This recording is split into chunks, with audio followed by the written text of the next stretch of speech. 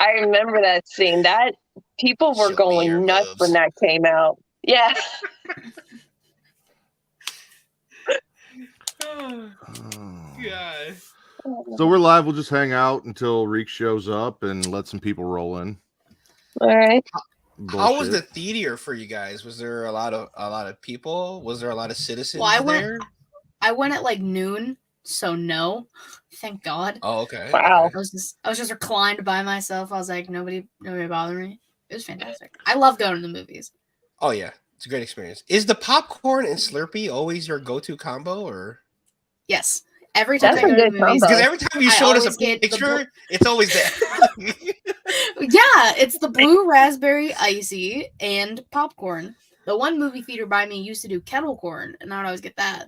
But then they stopped during the pandemic, and I got pissed. So now they don't do it anymore. Ooh. So I just get normal popcorn. But yeah, it's just always my go-to. Just a little snack. But the icy was Yeah. fucking massive. I forgot how big it was. So I was just like, Oh, well, this is geez. awkward. Because I had to pee with like an hour Pause. left. And I was like, I can't. I Pause. actually had to get up and go pee during it too. So when I came home, I went and watched on Peacock the part of the movie that I missed. Oh, I That's didn't brilliant. get up. I sat there in agony the whole time. No, I looked at my wife. I'm like, I got to go pee. Tell me what happens. And when she told me what I missed, I'm like, all right, well, I'll just go home on Peacock and I'll watch the little bit that I missed. And then I didn't think there were end credits, so I didn't stick around, and there weren't. But I was like, I'll also just scroll through to the end just to make sure that there wasn't an end I credit scene. did Right? because fuck Marvel movies. But I want to. Marvel's like fucked this up for like all of us, man. They really did. There was like a few people like further down the row from me. They were like, "Sit down. We don't know if anything's gonna happen." And I was like, "See, it's the same mindset I got. I just like reclined my seat back up, kind of sat there, stretched, and then I was like, oh, lights are on. I'm leaving." Hi, Allison. I went at like 1. So like the back row was full, but the row that Kate and I were in, which was like the second to back row, was just us, and then there were a couple people sprinkled out. But yeah, if you go on a Saturday at 1 in the afternoon, there's nobody there. I'm sure everyone That's waited the till like best time to go. 7 or 8. Matinee, So baby. It's cheaper. Oh, we Which theater did you go to, Matt? I'm sorry, Alexa. the Marcus and Elgin. Ooh. They've got that DXL Ultra screen.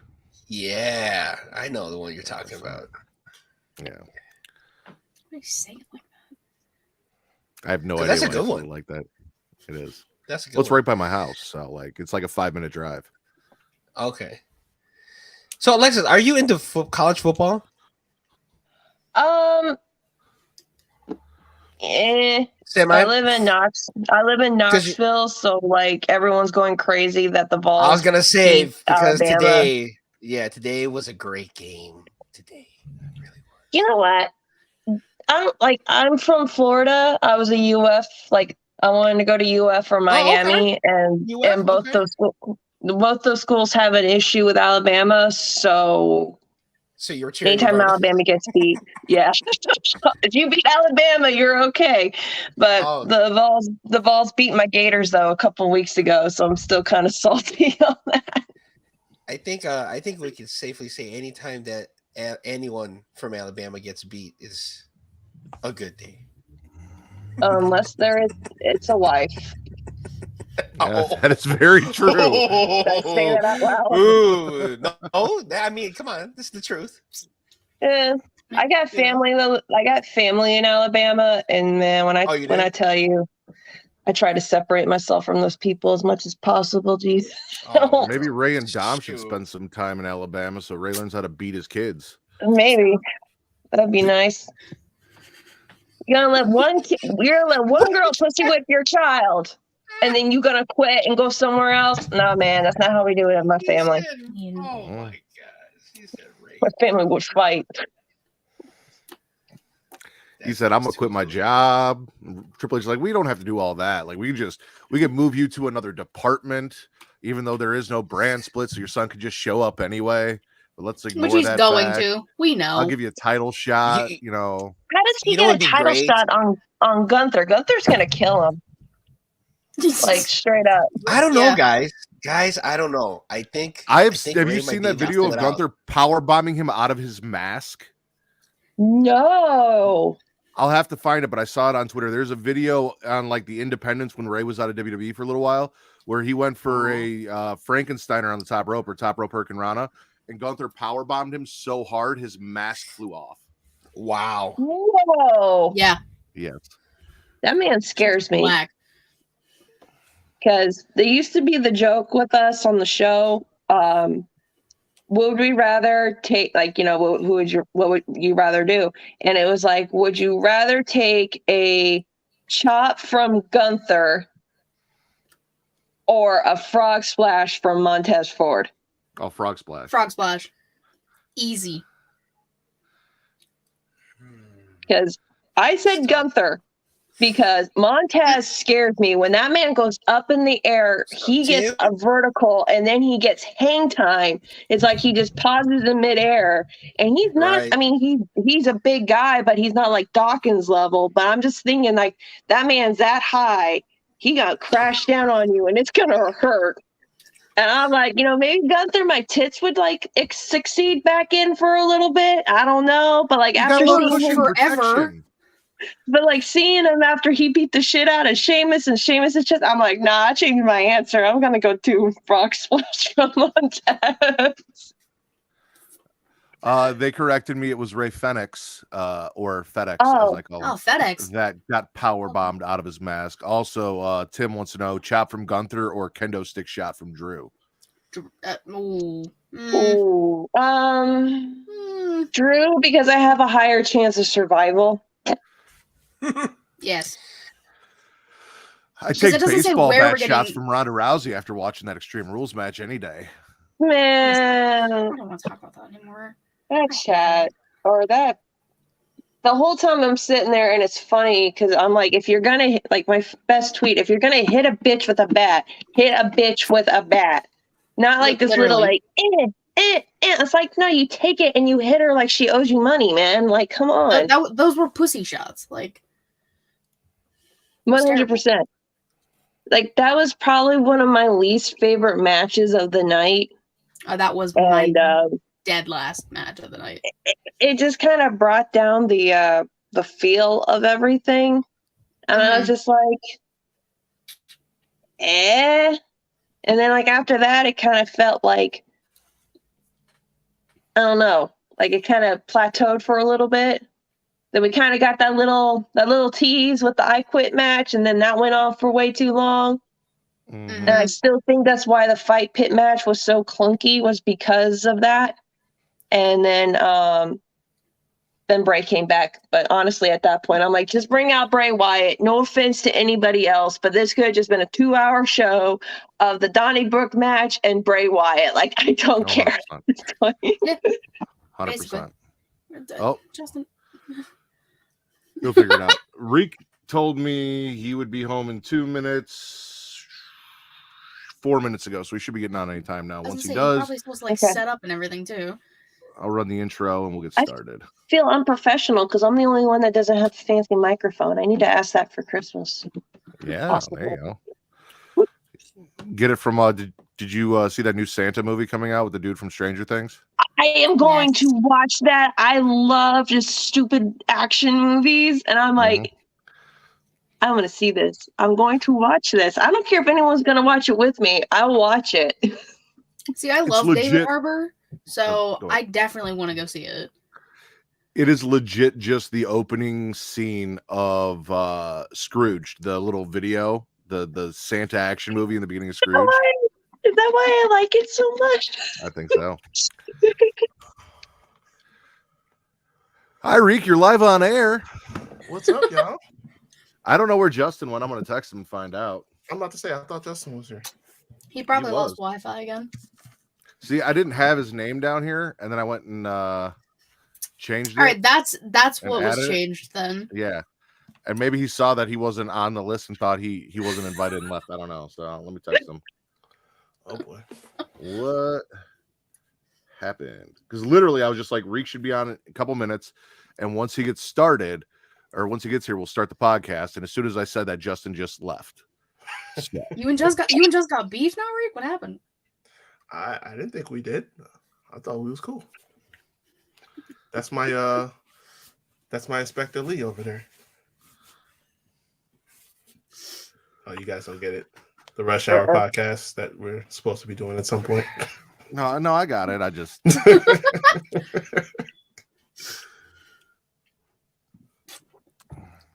I didn't understand the words that were coming out of your mouth.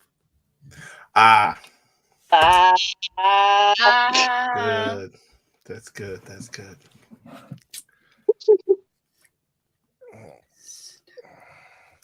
Well, this should be interesting. Yeah. Yeah.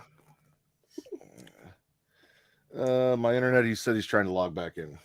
Okay. It's always his internet. Justin has bootleg internet. I don't know where he gets it from. I've asked him to buy real internet from a trusted service provider, and not. I'm assuming he's just taking it from the neighbor at this point, and they keep Got it. changing I mean- the password. Hey, times are hard, Daddy. You got to get free Wi-Fi where you can. Indeed. I'm not even mad at that. Do you know what phone service he has, though? Like T-Mobile or anything like that?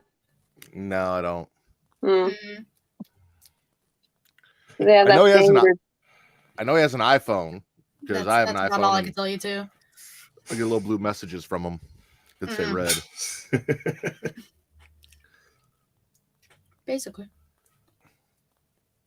Where is? So we got Benji here. We got Tim here. Allison was here. Oh, we got about 60. Who else is in the chat? Who's here to listen to us and talk with us about Halloween Ends tonight?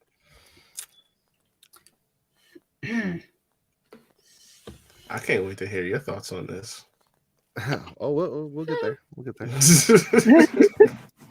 Just remember, Matt. I can't talk smack a whole lot because they've done some weird shit with my favorite slasher.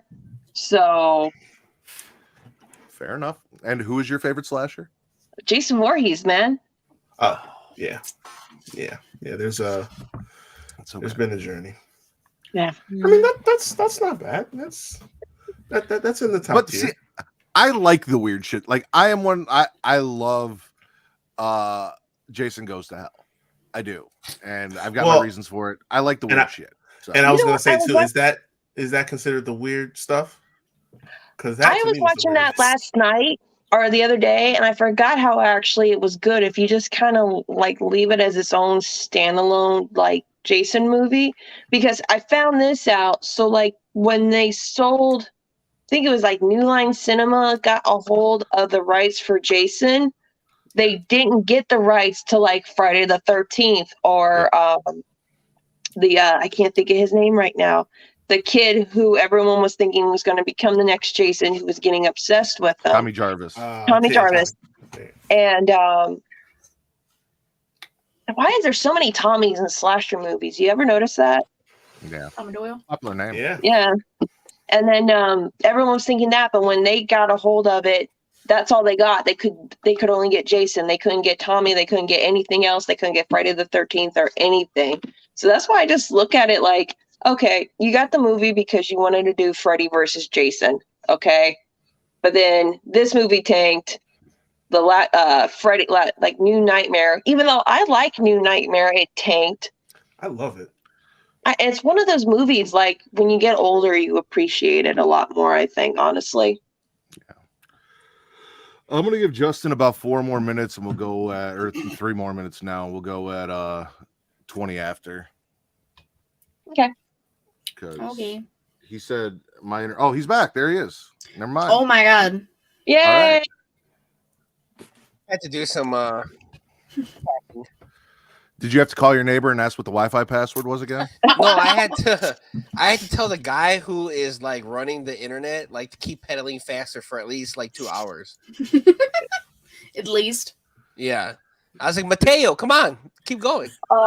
Just you don't understand the terrible irony of you having someone work in a sweatshop. Like it's So with that, if everyone's ready, I'll run the intro. And here we go. Reek, my Oh, dude, I missed you, man. I missed you, dog. Glad to be back. Glad to be back. That and clear that. So much easier when Vince is here to do things for me.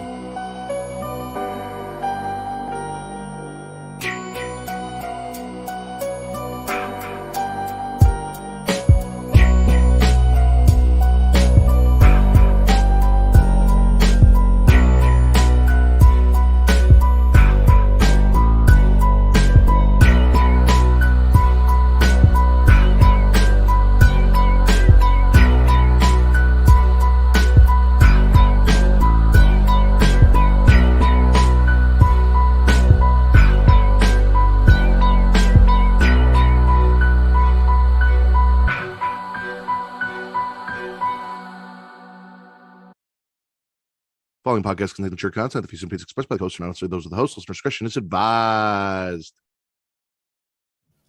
Welcome to the #1 horror podcast on Pornhub, the Smacking It Raw podcast, where the final girl isn't just the last one to get a cum shot.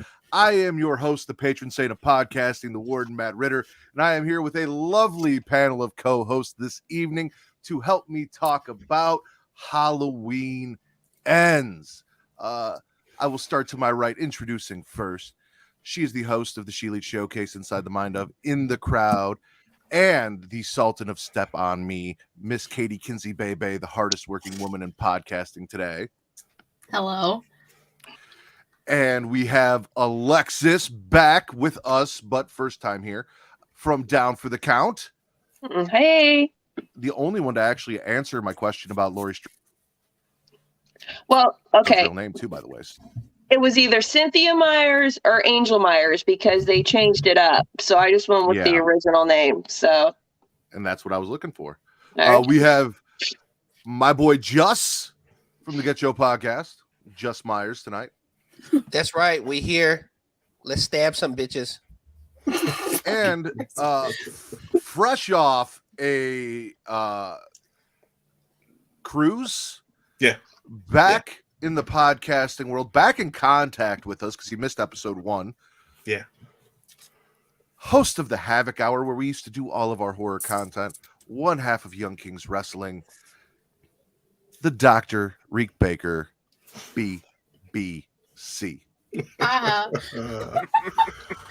Oh, did you think that was just a Smacking It Raw thing and that wasn't going to be here too? Yeah, because it's getting off, not smacking around. I was thinking I would slide under the radar there.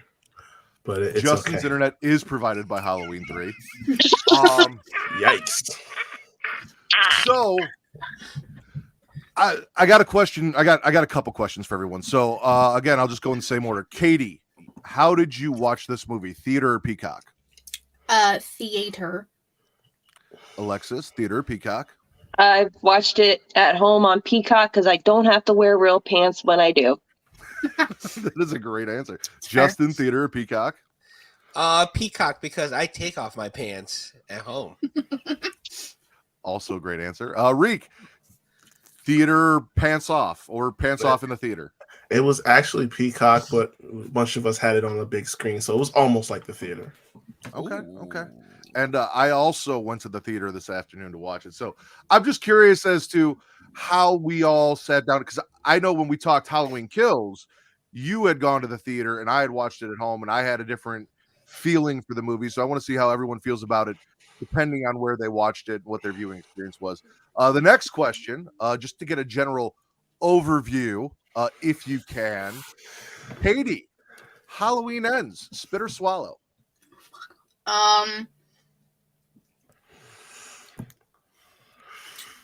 Gargle. Alexis? I'm sorry, man. Spit. All right. Just? Swallow. And Reek?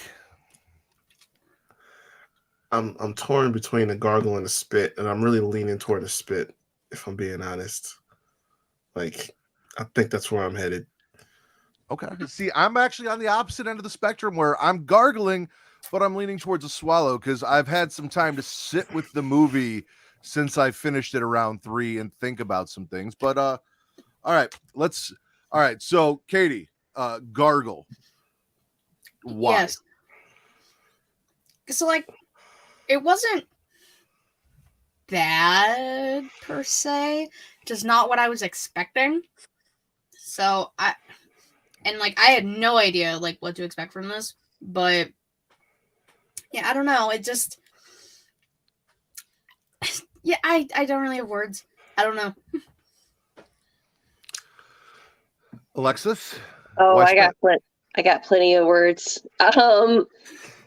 I watched Halloween Kills and I watched the 2018 one, and honestly, it doesn't feel like a Halloween movie. So much stuff's changed about it, and I'm not trying to sound like one of the old heads or whatever, but like they're not even brother and sister anymore. He's just some random dude that attacked her on Halloween, so there's not even like that connection anymore. I don't like the victim blaming, that they were like, it's your fault he came. Well, why is it her fault? Like, she was a teenager when she got attacked like 40 some odd years ago. Honestly, I would have moved out of Ohio, like on an island somewhere. I'd be like, look, motherfucker, can you swim? Like, I just need to know, for a 70-year-old man, you've done a lot, taken a lot of damage. And then I don't like it how they introduce new characters. I understand like Laurie's daughter and her granddaughter. That's one thing, but like the people who were introduced like in Halloween Kills, that they were just knocked off in the first like 15 minutes, and it's like, what was the point of even building something with these people? And then that punk ass kid Corey, and I'm just like. And when did Michael Myers join the Big Brother, Big Sister program? Like, I just need to know, man. I need to know. Did I miss that? Was that in Halloween H2O or Halloween Resurrection? Like, the Rob Zombies? I might have an answer for that. We'll see. Just, what did you like about the movie that made you swallow? You know what? To be honest, like, I mean, it's Halloween. You know what I'm saying? It's Michael Myers. You know what I'm saying? I think for me, I still had an entertaining time watching it. You know what I'm saying? I know we all have wrestling podcasts, so like having Michael Myers and Corey be like Sting and Darby Allin was funny to me. You know what I'm saying?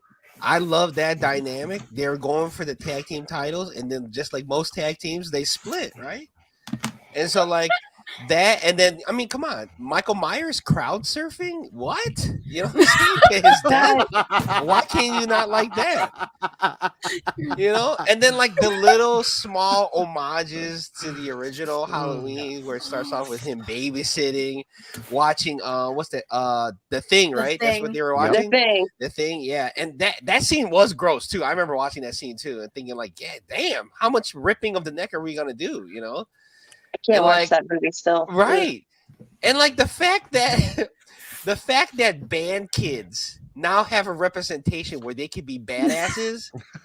I mean, come on, you know. I mean, and then like, you know, I mean, Jamie Lee Curtis, you know, having to reprise her role again and time again, and she still fully commits to being the character. I mean, I just enjoyed it. I thought it was entertaining to me, you know. I agree. All right. Reek, what's got you gargling towards a spit?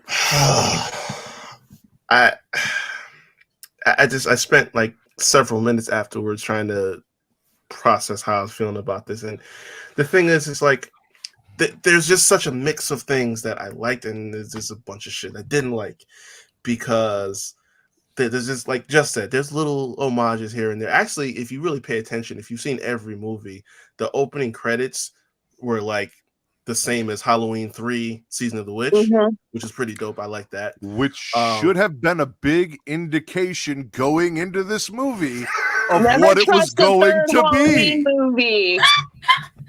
If you saw that and didn't think, all right, something's up here, then I don't know what to tell you. Because I saw that and I was like, all right, this might be some bullshit. Let's see where this is going. But continue. See, and then that's what I'm saying.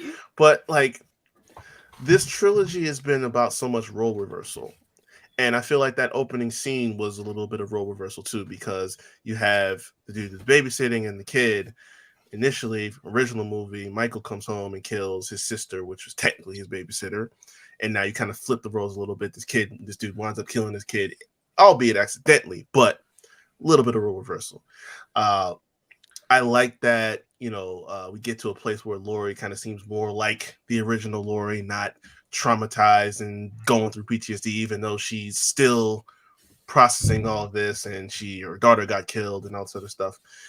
So there was stuff I liked about it, but then we get into I don't know what this whole. I felt like I was watching a different movie for 90% of this movie. I felt like, honestly, this felt like Candyman from last year, almost, because it's like, okay, you have this new person who is under some bad circumstances, and then they find themselves being, I don't know, controlled or dragged into this line of doing things like Candyman, and then in this case Michael. Like, I knew something weird was happening when he's like choking this dude, and then all of a sudden he just lets him go after they locked eyes in a weird non-sexual, maybe sexual way.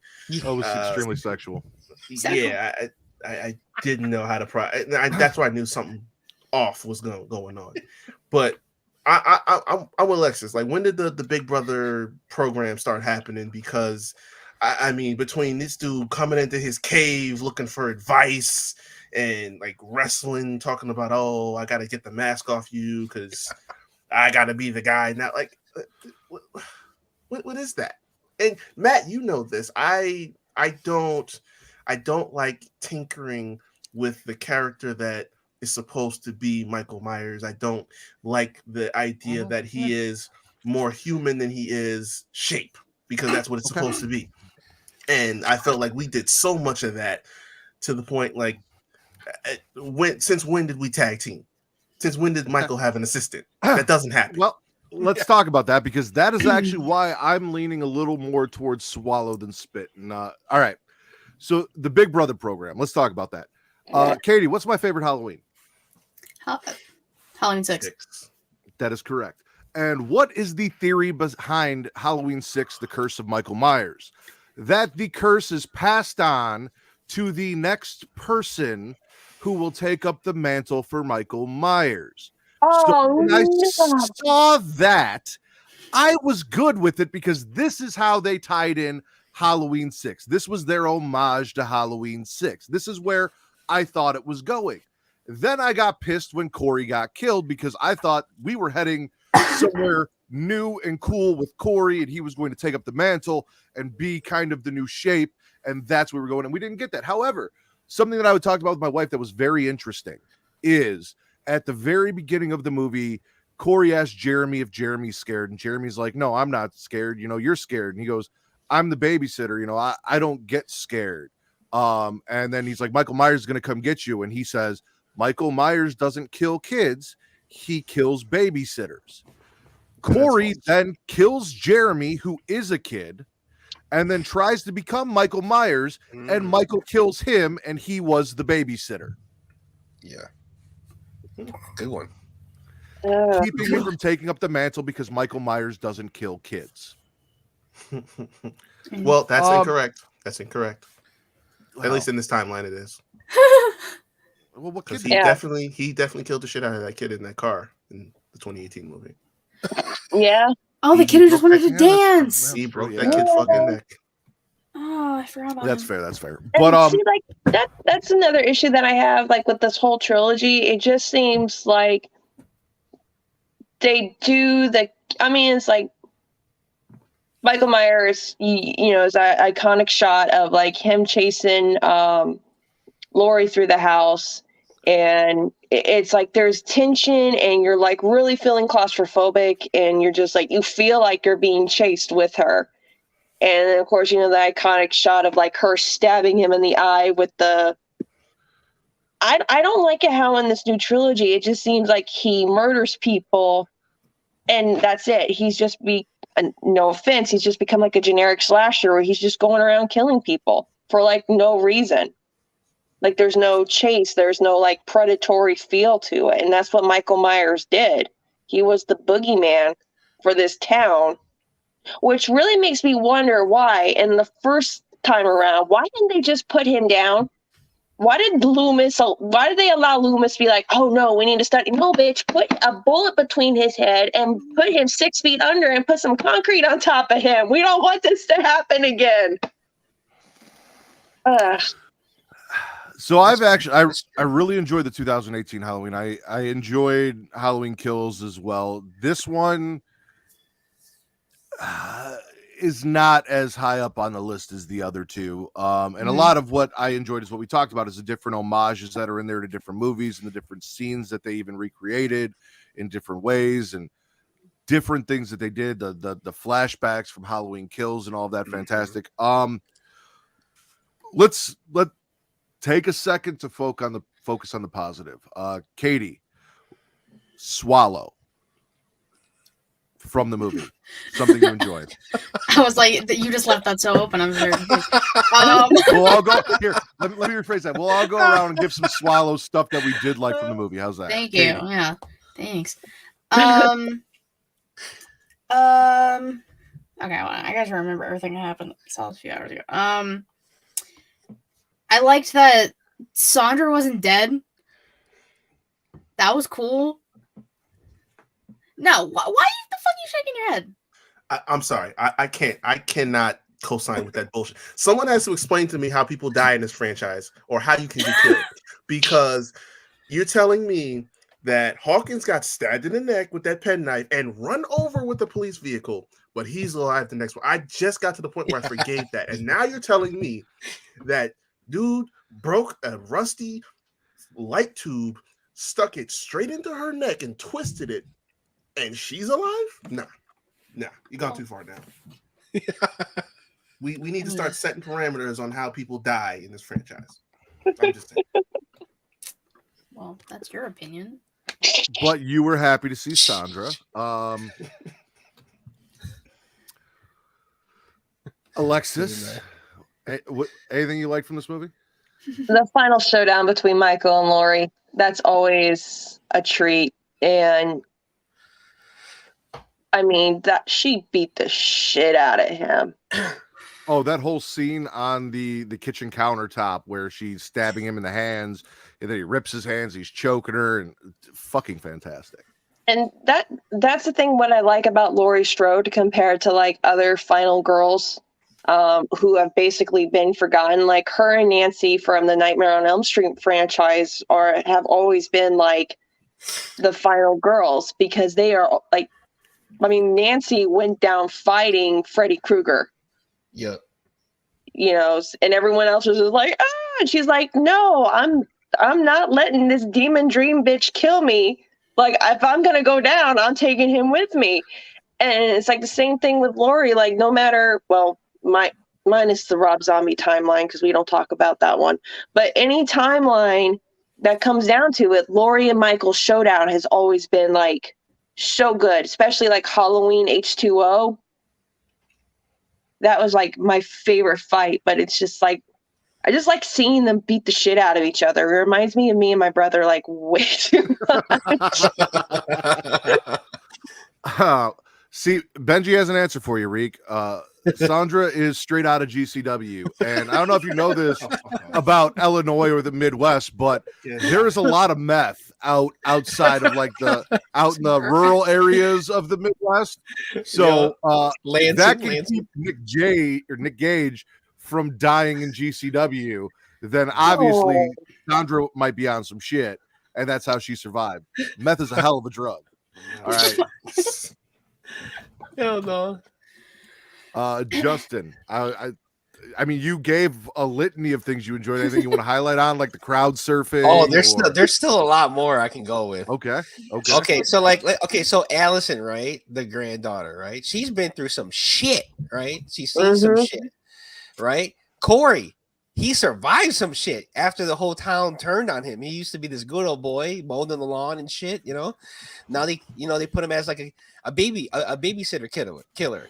Right? These two have romantic relations. Okay. It's so funny to me. Coitus. Huh? Coitus. Coitus. Oh, yeah. So like it's so funny to me that this movie wants to like be on the same path as Top Gun. How can we do that? Leather jackets and motorcycles. Let's do that. Okay. So then they have their own version of the Top Gun riding the motorcycle down the street in the movie. I mean, that is hilarious. You know what I'm saying? Like, and then they even had the somber like music too. Like, yo, these people are fucking misfits. Like, what? We're supposed to be like invested into this relationship? I thought that was hilarious to me. I thought that was great. Along with the Corey thing, one of the things that I really enjoyed on that was the fact that after the evil passed through the touch and the little cuddle that they had in the cavern that Michael dragged his lifeless body into and maybe had done things to before he woke up. The Turtles layer? It was talked about by Dr. Loomis in the original. It's talked about by Laurie. Like, where you see the evil in Michael is in the eyes, and Laurie saw it in Corey's eyes, and the father saw the change in Corey when he looked into his eyes. So that highlighted detail I really enjoyed, because apparently Allison did not look into Michael's eyes at all through the last two movies, because she didn't see shit but a cum shot at the end of the night. That's right. Reek, She listens to Corey's heart. She listens to Corey's heart. she'll be back. That's bullshit. This ain't no My Little Pony friendship is magic bullshit, okay? Like, come on. Oh my God. Yeah, mine's just kind of piggybacking off of what he just said, because as much as I couldn't stand the character, I liked where they were kind of rehashing that that narrative that, you know, you see just evil manifested in this person, in this young person, because they go back and they talk to the dad who's, you know, the son got killed, and he starts saying like, yeah, he was a good kid and everything seemed fine. And then it's like, I see him walking down the street and I went to go talk to him, but then I saw his eyes and I'm like, that's not the same kid that it used to babysit for me. That's not the same kid that did the lawn. Like, that's a completely different person. I could kind of see where they were going with there. And then on top of that, all the bullying and stuff that the guy goes through kind of, to me, kind of channeled a little bit of the Rob Zombie Halloween with that Michael, who like is just this tortured kid that eventually just snaps. So we kind of drew two parallels and with that character, but I still didn't really like the character, but I liked where they were going with that. And I think that's something we've talked about too, is these new Halloween movies, the one thing outside of this that they pulled from Rob Zombie's Halloween was the brutality and the murders, which that is what my biggest swallow is, were some of these fucking kill scenes, like the DJ with his tongue on the record and it's skipping. Stop with this stuff. I want to be their friend. Yes, it was fantastic. It made my wife chuckle. Though I will say, Jeremy dying in front of his parents kind of messed with Kate. Like, she's like, I don't know what it was about that. Maybe it's because we have a 2-year-old now, but like, she's like, I did not like that. That made me very uncomfortable, and I never have to see that again.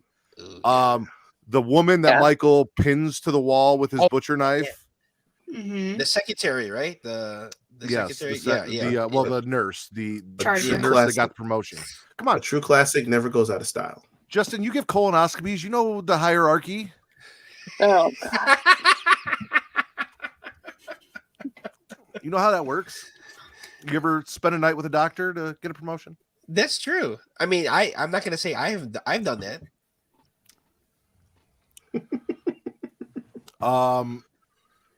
But yeah, no, the kill scenes. I hope there's an unrated version like there was for Kills, because there were kill scenes that I wanted to see or was hoping would be a little more gruesome, that just kind of happened in the background, that I hope like in the unrated version we get to see, like the receptionist that Corey kills when he goes into the DJ studio, or I'm trying to think, there was one other one that we didn't really get. Oh, the doctor himself. We just heard him die, but we didn't see how he died.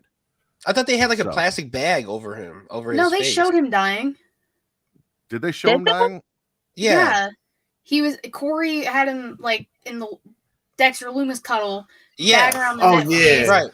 Yeah, but but he was pretty much already dead. Like, we didn't see the struggle or anything. Like, Right, she right, just right. caught him. He's still kind of struggling.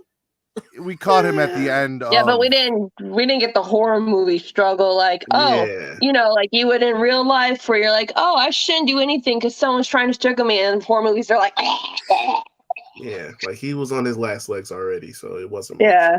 there to see. So, all right. How do you guys feel about Corey? Because, like I said, I liked the direction they were going until Michael killed Corey, and then I realized that's not where they were. Like, it was almost like they took their foot off the gas. Like, it's like, this is where we're going. This is what's going to happen. And when I realized that, when I thought that, I'm like, okay, if that's what this is going to be, and you gave me the Season of the Witch opening, then let's fucking go. And then we got to the point to where Michael just kills Corey, and I'm like, all right, well, now what? So that was one of my biggest spits, was taking the foot. Like, I needed, because we saw Michael stabbing that dude, the cop, right? And every time he stabbed him, like, he stood up a little straighter. It's like every stab gave him more of his strength back. 'Cause he's in there, he's all hunched over, still hurting from that ass whooping. Yeah. And I was hoping that as Corey started killing, he started becoming more invulnerable like Michael and gaining some of whatever Michael has through, the power of them docking or whatever happened in that sewer. So, but we didn't. So thoughts on Corey and the fact that he was pretty much the main focus of the last movie about Michael Myers. Yeah, see, I didn't. That's what got me, because I was like, okay, introducing a new character, fine, but having it be the Corey show with cameos from Michael Myers, I didn't really like that, because like this is the last one, and you're gonna have Michael in it for maybe a total of 20 minutes. Oh yeah, That's all he was in it for, was 20 minutes. I'm Basically. guessing. Oh, that's sad. It sounds right. Yeah, I was gonna say I- that sounds right. Yeah. My thing, it's like I said, the concept I could get behind. It just didn't feel like it fit in this movie. Like, if you watched the first two movies, it just, the trajectory we were going, it didn't feel like this is where we were going to end up at the end of it. I know there's a time leap, things have changed, people moved on, but this did not feel like the destination that those first two movies were taking us in. And it just, for me, when he kills that homeless dude out there, I'm sitting up there thinking, like, this dude has more bodies within the first half hour than Michael has, and we barely even seen. I don't think we even saw Michael yet. So Right. 45 just minutes. 45 minutes in. So that again was just an indicator. Like, I don't feel like this is gonna be what we expect. But I remember looking at Kate, and it was probably right at 2:00, and the movie started at 1. There were about 15 minutes of previews, and I looked at her and I said, "Where the fuck is Michael Myers?" And I hadn't seen him. Yeah. So Mm-mm. I will agree on that.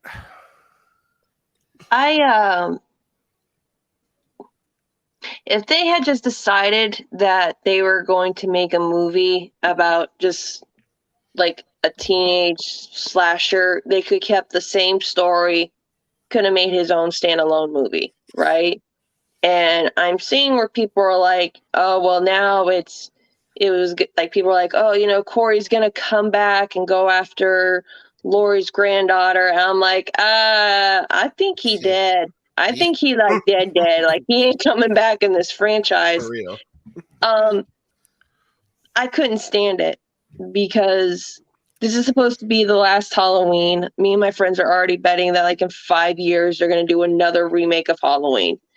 And I didn't like it. It's like, this was supposed to be the send off for Laurie and Michael. Make it about Laurie and Michael. I agree. I will give them one thing. This movie did what no other movie was able to do, in that, and I think I told Katie and Reek and Justin in a group chat that I had watched after it initially came out a spoiler-free review, and somebody was saying that Halloween Ends is the end of this trilogy. Doesn't mean it's the end of Michael Myers. He may not come back with these writers and this story. This is the end of one through this timeline. Like, this timeline is over. That doesn't mean that the character is gone forever. However, they've done what no other movie was able to do. They made damn certain Michael Myers was not coming back. She slit his throat. True. She slit his wrist. They drug him through town and put him in a fucking compactor and crushed everything. Wood chipper. Like, So there ain't no coming back from that. and that just begs the like, is that contract like done? Because Mustafa has it like written in stone that you can't kill off Michael Myers definitively. So is that like deaded now? Or Well, again, this they may have just killed him off for this timeline. I think they've realized now that you can get like for all we know, in 2 years there's going to be a sequel to Halloween 6 where the Curse of the Thorn is back, and they'll just take different like sequels and just follow that timeline. I don't go fuck. Halloween 6 is my favorite. Give me the curse. Give me the thorn. Give me it that's all. cool. I want it back. I didn't mind it. Bring Paul Rudd back. Bring my Tommy Doyle back. He hasn't even aged since they made that movie, so they they can just recast. I will say, if they put Paul Rudd in that movie and make it, I will watch it. That is the only caveat. Yes. I do want to say this. I do agree with Paul Rudd because Paul Rudd's awesome. You know what I'm saying? Yeah. The one thing I did take from this movie was that like, the theme of untreated trauma. You know, because like that seemed to be the theme throughout this whole thing was this like untreated trauma. They all had trauma going. You know, Laurie had trauma for so many years.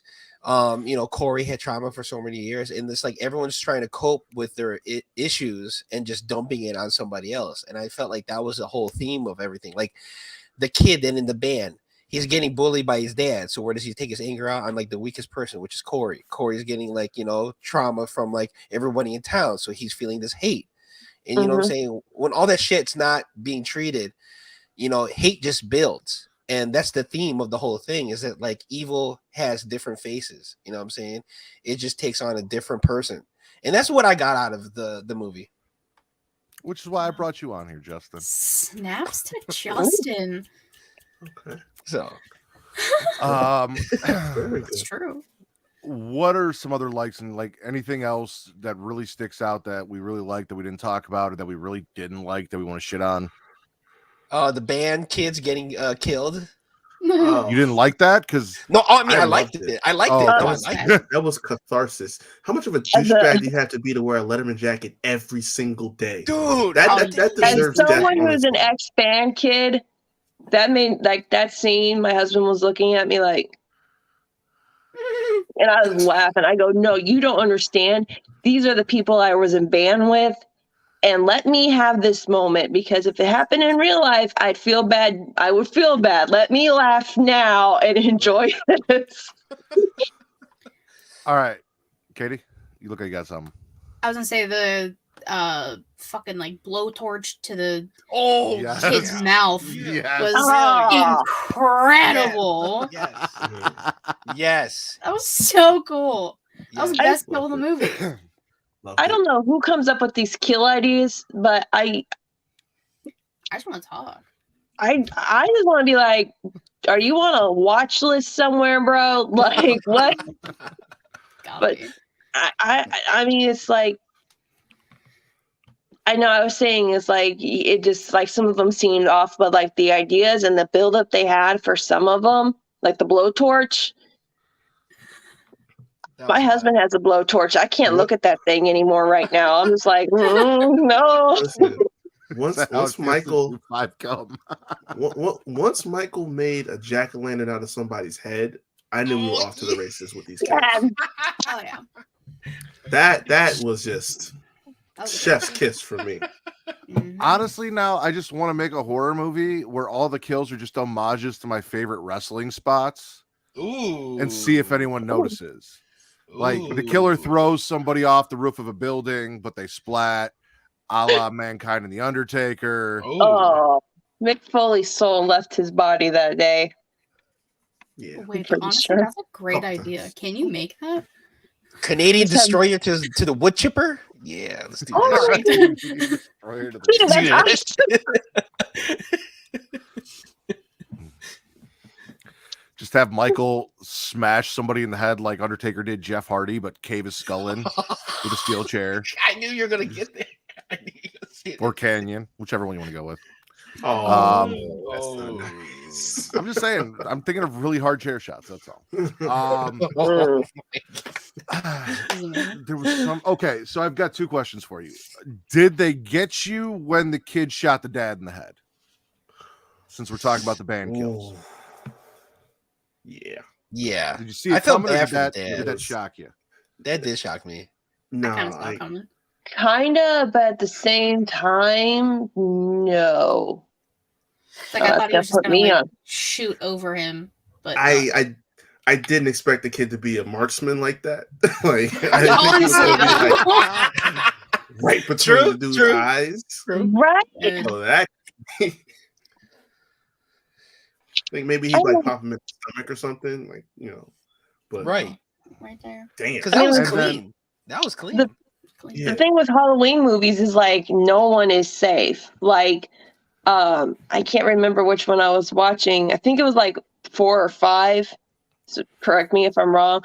But there was some lady who was panicking because she saw Michael.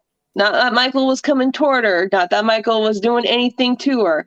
She saw Michael, and somehow she ended up like impaling herself or killing herself or something. Like, Oh, people are idiots. They will take themselves out in this movie, like in the dumbest way possible. And it's just like no one is safe because if Michael don't kill you, you're probably going to end up killing yourself because you're an idiot trying to do something. I agree. I can't think of what movie. I'm it trying to is. think of which movie But- that is.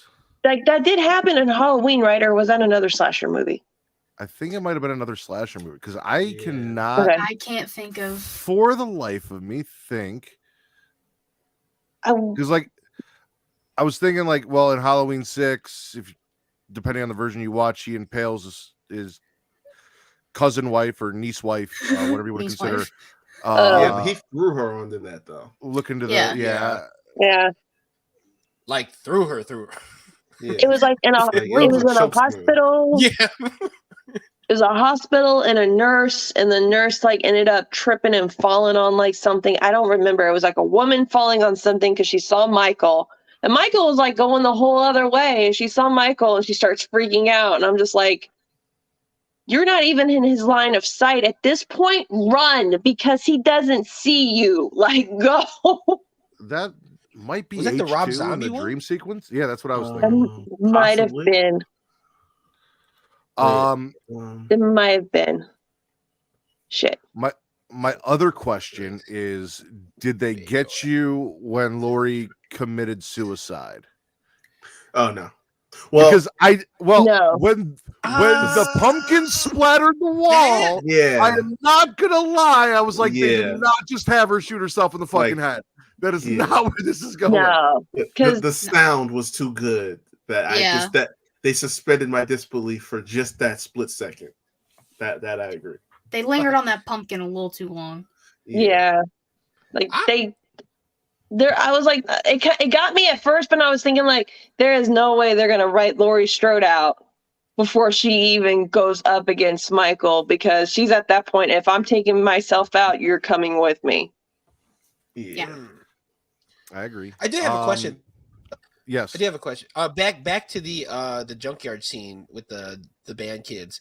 Do you think the dad knew that was his son? That's why he kind of like turned around and tried to say stop, or that was just a kill just to be a kill. Well, he did because when he turned around and looked, he didn't have the mask on. Yeah, Corey. then was put with the us. mask Oh, on. right. He right, saw right, Corey right, without right. the mask. Yeah, so he knew Right. that it was a Shout out to the dad, man. That dad stood by him like through like the toughest of times. You know what I'm saying? So I'm not gonna lie to you guys. There's a scene where, well, first off, what the fuck is the sheriff's name? Hawkins. Lori's boyfriend. Hawkins? Yeah, Hawkins looks old as shit for only He- 4 years. Like Jesus Christ, you aged really in 4 did. years. What have you been doing in your time off? But there's a Getting scene run where over they're with a talking car. yeah, that's true. There's a scene surviving. where like they're going through all the And people, like the surviving. woman who hung themselves and the people who got shot in the car, this and that, and everyone's like, "Was it Michael? Was it Michael?" And he's like, "No, Michael doesn't use guns." Oh yeah. Two things that I kind of wish had happened in this movie is, for once, I would like to see Michael pick up a gun and shoot somebody for all the times he has been shot throughout this franchise. Just He's been once. shot in the face. He's been shot in the chest. He's been shot in the gut. He's been shot in the leg, I think. Probably. I think he was shot in the dick. I mean, wouldn't surprise me if he was.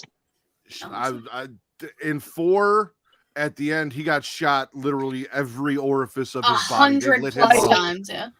Which, by the way, I don't know if we talked about this the last time, Reek, but that is the only reason I've kind of dealt with that whole scene in Halloween Ends with the mob, is because I realized that they created that, what I believe the sheriff called a lynch mob, after the police force was killed. Yeah. And Mhm. that the mob going after Michael and killing someone innocent like they did in Halloween 4 was that homage there as well. So Oh, yeah. Okay, I have a just a little darker. question. yes. Right. So this is the thing that got me in Halloween Kills with the other mental patient. Figaro, Did they? we'll call him. Well, did they really think that was Michael? Like, or were they just so up in a frenzy there at that point where they're just gonna take out anybody? Because, like, if I'm like, even now, if I wasn't even alive during Michael Myers time frame, because everybody somehow knows what Michael Myers looks like he with the mask on. But you're thinking, like, this dude is huge. He's got to be like super old at this point, and he, if he's got strength like that to pick up a human and slam them up against a nail, like, and not break a fucking sweat, why did you think this frail, old, sad man was Michael Myers? Right. Like, that always right, made me so mad. I'm just like, you guys are idiots, and you all deserve to get killed off, which they did. So, I mean, rightfully so. the thing was, it's like you had two things. One, you had a group of people who were just oblivious to everything that had happened 40 years prior, plus now. But the other thing is that the news station absolutely sucks, because if they're going to release photo images, you might as well put the name there to say who it is and differentiate, because they just put pictures up and say, okay, these two are still missing from the bus, but we're not saying, okay, this is this person, this is that person. That could have eliminated the stress right there.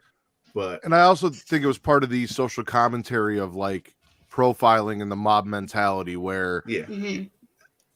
you attack people and assume things about people just because they fit a criteria or maybe a couple pieces of criteria. All of a sudden they are the boogeyman, the hated Right. person that you're looking for, even if it's not really them, because everyone piles on and jumps in and joins that bandwagon and runs people over, Mhm. whether they're actually guilty or not, because somebody said they were. And that's all it took, was one person saying that's Michael, and Yeah. everyone turned and believed that one person and went for it. In this case, it was shitty Tommy Doyle, not Shitty Tom. fantastic Paul Rudd Tommy Doyle, but and Right. that's why he died. Yeah. And I didn't feel bad, like, afterwards, because it's just like, come on, man. Which that kind of brings me to one of the biggest issues I have here. I think Laurie Strode is a hypocrite, and here's why. At the end of Halloween Kills, she gives an entire monologue about Michael just being the embodiment of evil and fear, and she said specifically, you cannot kill that with brute force. But yet, she kills him with brute force. So either you were just given a Dr. Loomis exposition for the end of the movie, or something changed in 4 years where you just had a change of heart about it. But you can't say that at the end of that movie and then do the exact opposite of what you said this requires. I kind of have a theory about that, and it actually ties back to Halloween 6, believe it or not. So if we're going by the original timeline, Michael and Laurie are related. Right. And the curse of Michael is that he has to kill everyone in his family to, get rid of the curse, right? Mhm. They never really go into that. They kind of go into it with the zombie thing, but like Rob Zombie's movies, I'm kind of leaving them over here because they don't really fit into the other timeline. Mhm. What if, because Michael was the force of evil, Laurie, because she survived, she was the force of good, and her and Michael's fates are always intertwined. And because he's the agent of chaos, she's the agent of good. No, like that's why that's why he's ever been able to kill her. Even if when they killed her off in Halloween 4, like Halloween 4, or like even in Halloween Resurrection, it was always at the hand of Michael, but she always ended up killing Michael too, or at least we thought. So always at the end of the line, it always has, like, anybody could come at Michael Myers with a gun and shoot him and he can blah, blah, blah. Laurie and Michael are always destined to go at each other because it's always good versus evil. And, good always has to come over on evil. Just saying. I like that theory. And Reek, I think you're focusing on the wrong details of that monologue. Because I think what was more important in that monologue was the talk of where Michael gets his power from, which is from essentially the fear that he creates from the people. And we learned that Laurie went to therapy, let everything go, stopped drinking, got cleaned up, was trying to be a good mother to her granddaughter that she wasn't to her own daughter. And she had moved on. After 44 years, she had finally been able to move on. And then he came back. And now that she had let all of that go and wasn't feeding into his negativity, she was able to defeat him, I think, along those lines of what you said. She is now the cleaned up force of good that outweighs his force of evil.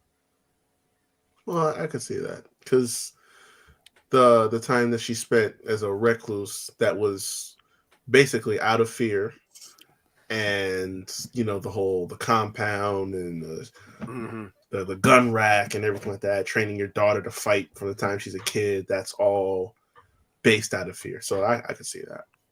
And every time we see Michael kill in the new trilogy, whether it's the firefighters or Sandra and her husband, every house he goes into, the reaction immediately is always fear, and fear fuels him. Even that mob was beating the shit out of him because they were afraid of him. And the more they beat him, the more they fueled that fear of him, which is why he stood up. And then they moved the fear to a new avatar in Corey, and we saw a decrepit version of Michael in the sewer who had to kill the cop. And as the cop is fearing for his life and getting stabbed, he gets stronger and stronger. And the reason Corey was able to take Michael down was at that point, he was no longer afraid of Michael. Right. Which is why he was able to take him down and rip the mask off him. Yeah. I did like the part where after Corey dies, or where he comes in and kills him, and Laurie just sits there just like, all right, let me just lock this door real quick because you ain't leaving here alive. She just quietly goes over and let me just lock this up so you can't leave at this point. And that kind of serves to that point too. Like, she's not afraid. Like, this is just like we're done after tonight. You're not leaving here. Like, she's pretty much already lost everything. She lost the ability to enjoy her life because, again, she had trauma and never really got help for it, or it looks like no one even offered to help, or they were just expecting her to go back to normal. She lost her daughter. All she has left is her granddaughter. Michael ruined her life. And a lot of that has to do, like, if you think about it, it's kind of like an abusive relationship. Like, she let Michael destroy her life. And now she's at that point where I am not afraid of you anymore. You have no power over me. We're going to fight. And if I have to kill you while dying, I'm going to do it myself because you mess up my life. It's just like there's so many great ways to interpret this relationship with Michael and Laurie, whether they're siblings or not. But it always hits a little bit harder, especially for someone who's had someone do some not trying to get heavy on the show, but it's like that one person who like messes up your life. What, like, you can go to therapy and you get let go and you can try to move on and heal, but we all know for a damn fact, if we got that person in the room 5 minutes alone, allowed to do whatever we wanted to them, come on, we'd all take that opportunity. Like, come on. Mm-hmm. Yeah, I don't know if I'll kill. I think I'll just scream really loud though. You are a bit of a pacifist. I am a little bit. You know what I'm saying? I am. And I'm not. Speaking of pacifists, this is what I was going to say. You touched on, Alexis, you touched on some of the things that Laurie lost. The one thing that she didn't lose, though, is how to spit some game. Because the flirting in the grocery store, it has to be top notch for me. I mean, the fact that Deputy and Jamie Lee Laurie Schroeder were just, casually talking about cherry blossoms. You had Deputy, showing off his meat. Every time it was meat, it was more, thicker and tender. And she's talking about, eating more vegans. You know what I'm saying? Yeah. I just loved it. And then you had the cash register, that cash register woman that was like, listen, what the fuck is going on here? You know what I'm saying? Like, just hook up, just hook up. So I thought that was great, So, boom. I got 2 more things, and then I'll get closing statements, and then we'll rank kind of where this sits for us.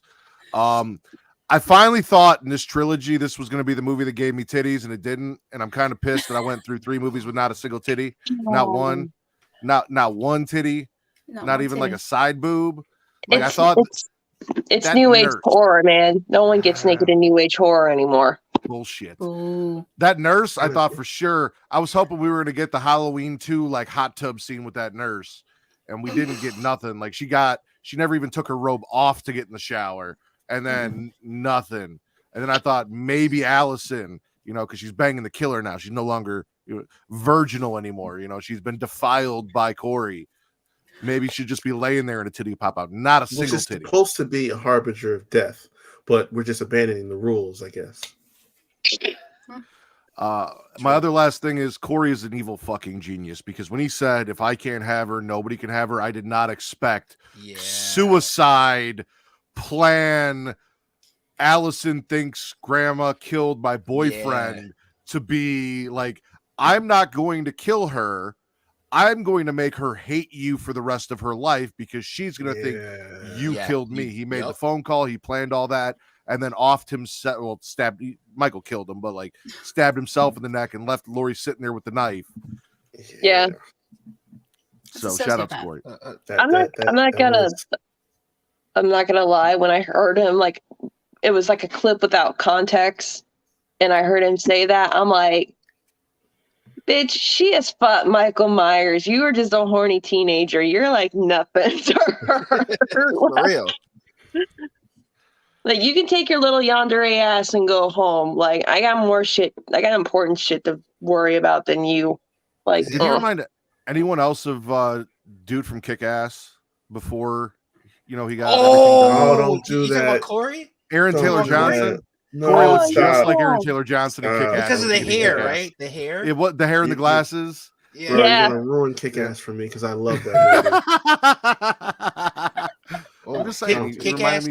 Kick-Ass is a movie, yo. What I was gonna say is that the one scene I do like that I really enjoyed was then when the kids were picking on Corey, the band kids again, where he just he was just trying to get his yoo-hoo on, you know what I'm saying?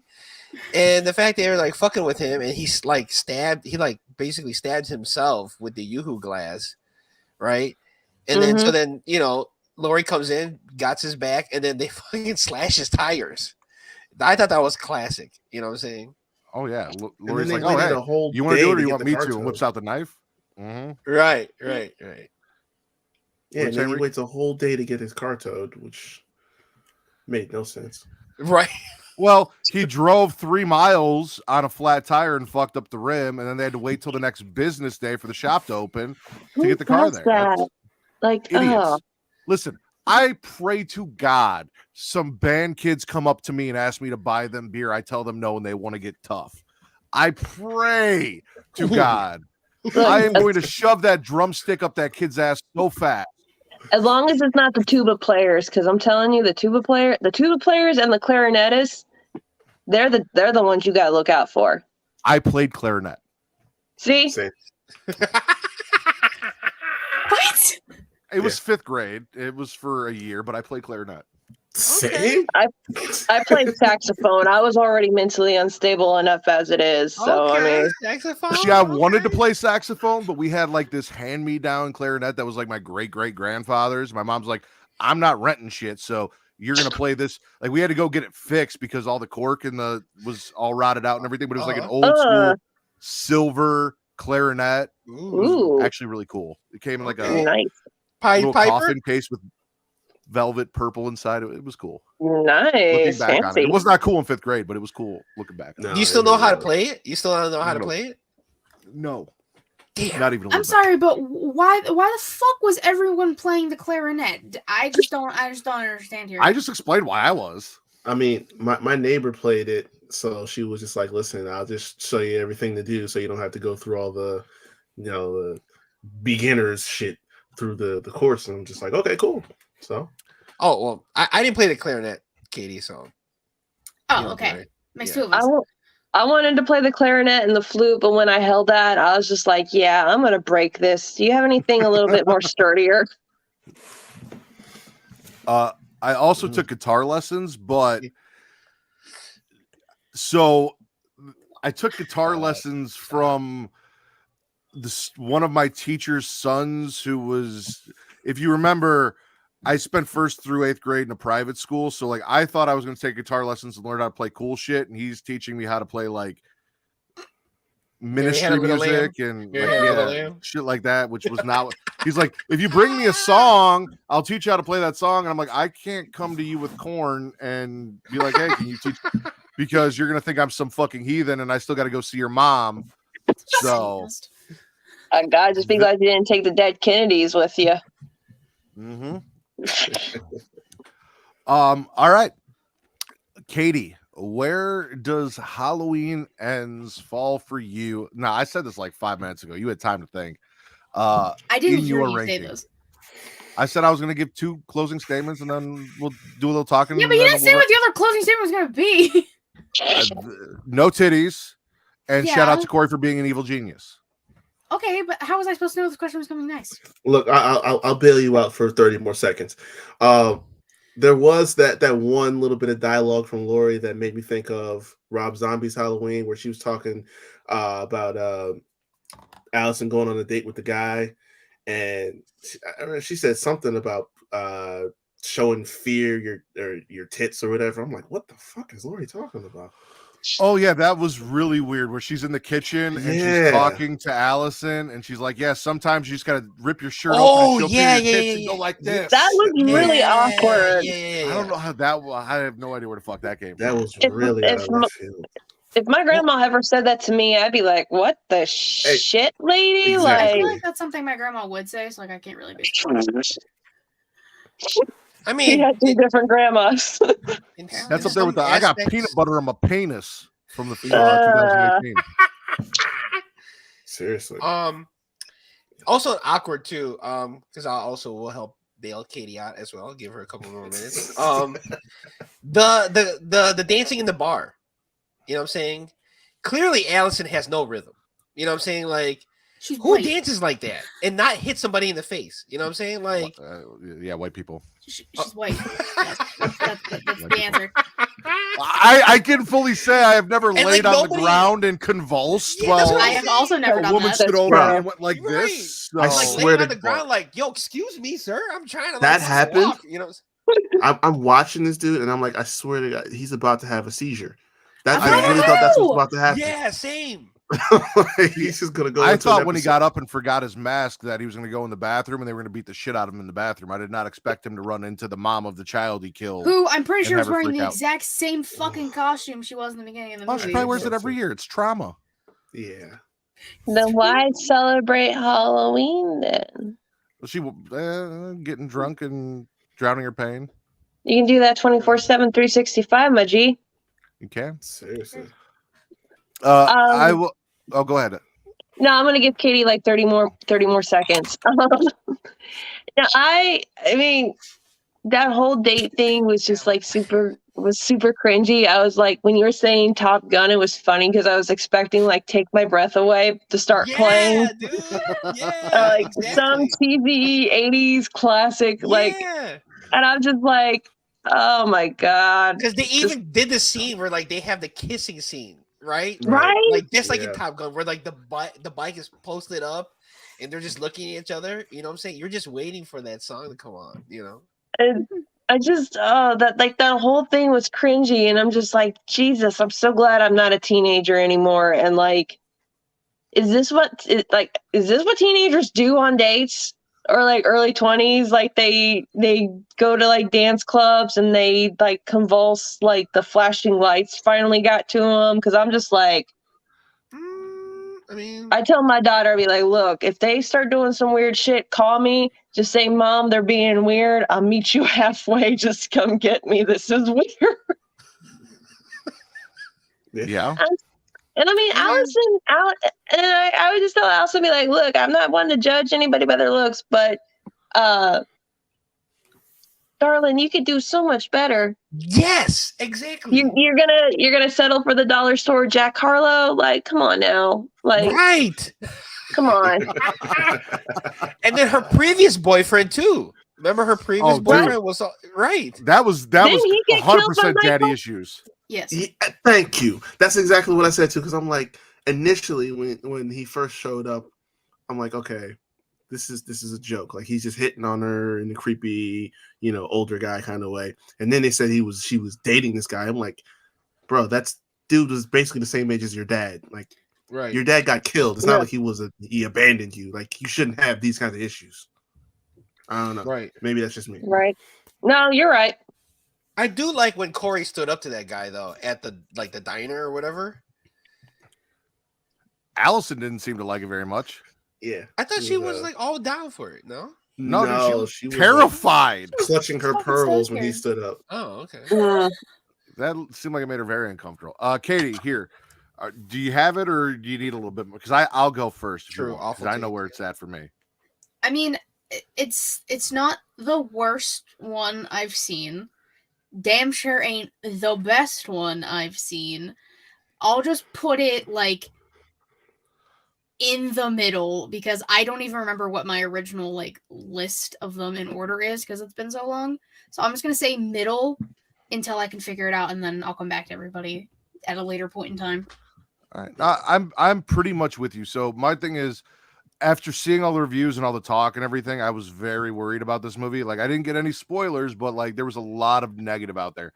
I didn't love this movie. It's the worst in the trilogy of the three, in my opinion. Mhm. Not enough Michael Myers in a fucking Michael Myers movie, but I also didn't hate it.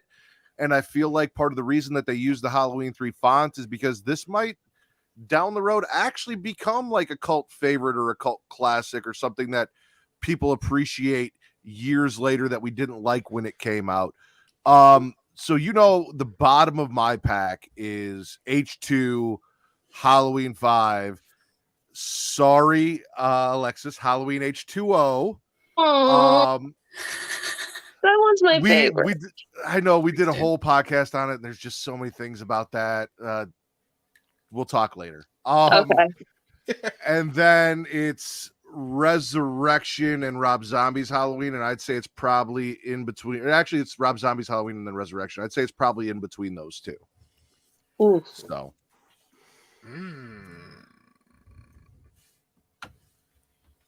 That's a little harsh.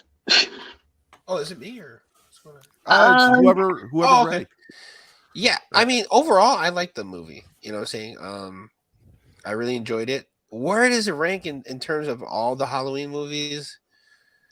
I don't know. I think I agree with Matt. It's like right there, you know, like right Middle there, bottom. H2O. Yeah, like near the bottom. I don't know, like I don't know if I like it more than 4 or 4 is better than this, you know?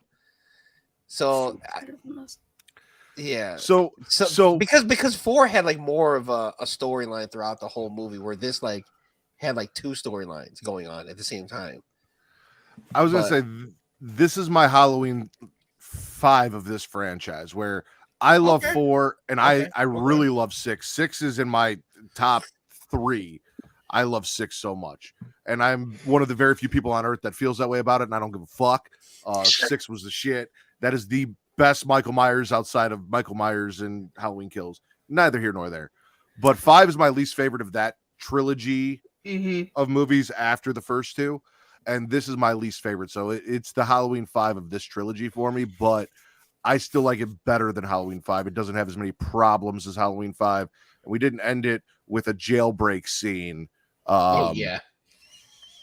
True.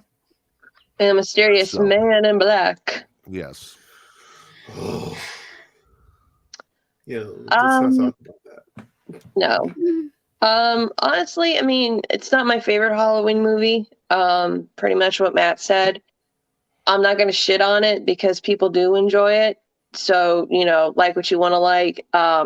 It just personally wasn't my cup of tea. As for the trilogy, this is probably the weakest part of the trilogy.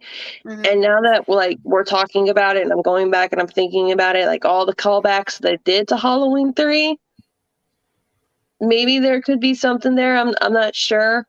I'm not gonna say it's the worst Halloween movies because that's kind of reserved for the Rob Zombie adaptations of Halloween, or like my bottom of the freaking barrel. I must say it's like in the low middle, if that makes sense. Where like Halloween 4 is Halloween 4, and then it'd be top 4 would be this one, Halloween 4, Halloween H2O, and then the original. Okay. It's not bad. It's just eh. Reek? Gotcha. Oh, I guess Katie's gonna go last. So You already since I already this- She went. already went. Oh, she did. Oh, my bad. Yeah. She said it Um, was in the middle for her. She'd let us all talk, and she may come back to movies that she's putting it in, but right now it's pretty much dead middle of the pack. Okay. Nobody Well, listens to me. that's I do. that's really where I'm at. This pretty sure it was 13 movies in total. So I would put this directly in the middle because I'm more indifferent about it. Like it wasn't like outright I hated it. It just that the best way I can describe it is indifferent. So I would make it as like my buffer between my top movies and my lower half because I got both Rob Zombie movies down there. I got that trash ass Halloween 5, Resurrection. What was the other ones? Right close to the middle. I'm sorry, it's 6. I just like it's not even it's not even the low end of it. It's not like I hate it. I don't feel the way about it that I do of my top movies, which is the original, the first sequel, Part 4, H2O. If And I remember then correctly, the last time we 2018. spoke, you might want to go check that out because H2O moved real far down your list, and 6 had moved up after we had that discussion. It did. You might want to go re-listen to the last Halloween episode that we did. I was there. Oh, I was a right. witness. I have a question. Yes. Are we talking when we're talking 6? Because I think we talked about this last time on Half Hour. We're talking the director's cut, right? Not the actual. Yeah. I mean, I like both, but so the problem with the director's cut is the kill scenes are not as good in the director's cut for whatever reason. Like when they kill the dad, the head doesn't explode, all of that Yeah. extra. So Isn't that they the whole- muted The whole point of a director's cut, though. well, this director's cut gave you 45. Yeah. So This isn't Well, a director's actually, cut; it's the producer's cut. Yeah, Yes, yeah. and it gave you 45 minutes of additional footage that weren't in the movie. That gave you more story about the Thorn Yeah, the and the Thorn, yeah. cult, and pretty much said that Michael fucked his niece and had a baby, and that baby was Michael's niece. That they kind of left out of the theatrical release. Yeah. And Dimension said that's weird, and test audiences weren't feeling it. So it's like, okay, so let's cut out the storyline bullshit. Just give us more kills and gore. Yeah, pretty much. I would rather have done that just because the fact that Michael Myers is. Well, we don't know. They could have Yeah. milked him. They could have milked him, turkey basted her. Like we don't know how it worked. Did we? Okay, as weird as this sounds, that's the only version of Halloween 6 I've seen is the producer's cut. So like I cannot unsee because the whole Thorn thing makes sense. So I tried watching it with the regular one. I can't do it. It's like there's so much more missing. Right. Yeah. I just after seeing Michael get kidnapped, and then you add in the fact that they may or may not have milked him. It's too much. That's just ruined it even more for me, honestly. I mean, they had tranquilizers. Tommy used the tranquilizers on him. Like you could tranquilize Michael Myers, keep him in a state. They also had him tranquilized in 4 for a good bit. And while he is tranquilized, jerk him off into a cup, freeze it, suck it out of a turkey baster, put it in his niece, make evil demon baby. Like it's not necessarily 100% Michael climbed on top of his niece. Like there could have been some odd cult artificial insemination going on. I think I'm making this better, and I don't know why everyone is sighing and looking away.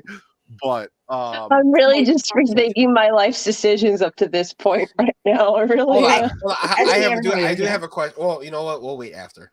Go ahead. I want to know if they drew straws to figure out who had to jack Michael off. That's what I want to know. Why? Like, And was that he's rock, just paper, standing scissors? there. Did they draw straws? They're He's like, I just need another standing there cup. with the Shatner mask on the entire time, just staring at you. I mean, if I had to jack off Michael Myers, I'm putting the mask on. Like, I'm just saying. How did we get here? You know, have no I can idea. watch slasher movies. I can watch B-grade horror movies from the 80s and the 70s. I can watch the Z-list stuff. This is what's going to give me nightmares tonight. Like that. That's Matt's job. This will be the part of the show that I cut out of the entire conversation for the short that Travis is going to post on YouTube, though. So, Are we live on YouTube? It's the producer live. cut. Yes. But then what Travis does is he Yes. cuts the Oh, pre and I post show see. off and posts Okay, just okay. the video. So I got you. yeah, it'll be the producer's cut. All right. Or a couple of my t-shirts. Any final thoughts on Halloween Ends or the Halloween franchise before we get out of here? First ever slasher series I got into kind of was like the gateway for all the other slasher movies I've ever watched. I got a little special place in my heart for Michael Myers. Rico, please don't give him any ideas. We'll do it. I think it just needs to go into hibernation for a while, maybe for like Ever? forever. Maybe a nice period of time. I think Hollywood just needs to stop rebooting franchises that have really just done their time and ran their parts. Kind of the reason why we've only had like one Friday the 13th reboot. They also got some legal issues going on with that apparently. But Yeah, that's the big issue. Sean Cunningham's kind of a dick, and I would say it to his face. Like, I know he came up with Jason, but I'd say it to his face. That's a whole nother story. Halloween, great trilogy. Just let it. Michael went through the wood chipper. Now let it just fucking rest. Like, no 5 years. You guys are going to do a reboot. No more Jamie Lee Curtis. I love her, but Laurie needs to retire. Michael's dead for real. Just end it. Just end it, and don't bring it back for at least 20 years. I cannot co-sign on that, but I know. It's just not how I feel. Okay. I know. Well- I hear you. You are allowed to feel that way. I can't co-sign on that. I will. They can make Halloween movies till the day I die. I don't care how bad they get. If they put Michael in fucking space, I'm gonna go watch it. Like, it is what Oh, it is. that's next. That's coming up. Well, That's they coming did up. I it. They mean, did it to Jason. Leprechaun's done it. Right? Jason's They did it to done Jason, it. right? Hellraiser's done it. Hellraiser. That one was actually pretty good though when they were in space though. Like it wasn't that bad. Yeah, No. Bloodline. I could say this much: we don't need to see another one in this lifetime, because it's the simple fact that I don't think there's been another horror franchise that has literally spanned 40 plus years already. Like even Jason, Freddy, all of them, even with gaps taken out, it doesn't span this length of time. So, I mean, for as long as the rest of us are still here, I don't think we should see another one personally, especially when you have so many timelines and different stories to take in. Like if somewhere down the line they want to make an original story out of it, that's a different thing. But even then, that should be a long time from now. Listen, Halloween 15, Michael goes back to the night he came home. No, because that's definitely gonna be a thing now. That's gonna be a thing. I'm just No. saying. Michael Myers in the DeLorean. Let's do it. Dr. Loomis is about Come to on. shoot Michael 6 times, and then Michael comes out of the hallway and kills Dr. Loomis before he can get shot. Wow. If they What's wanted his to time make, traveling like, device? The knife? He just spins the knife and then he Yes. just time travels? It's the tattoo of the thorn on his wrist. Thorn if is all they powerful. wanted to make a like Marvel's What If, they wanted to do something like that for Michael. Ooh. I might be open to watching that, but Okay. Can we that's get about- Michael versus Freddy versus Jason? Yeah.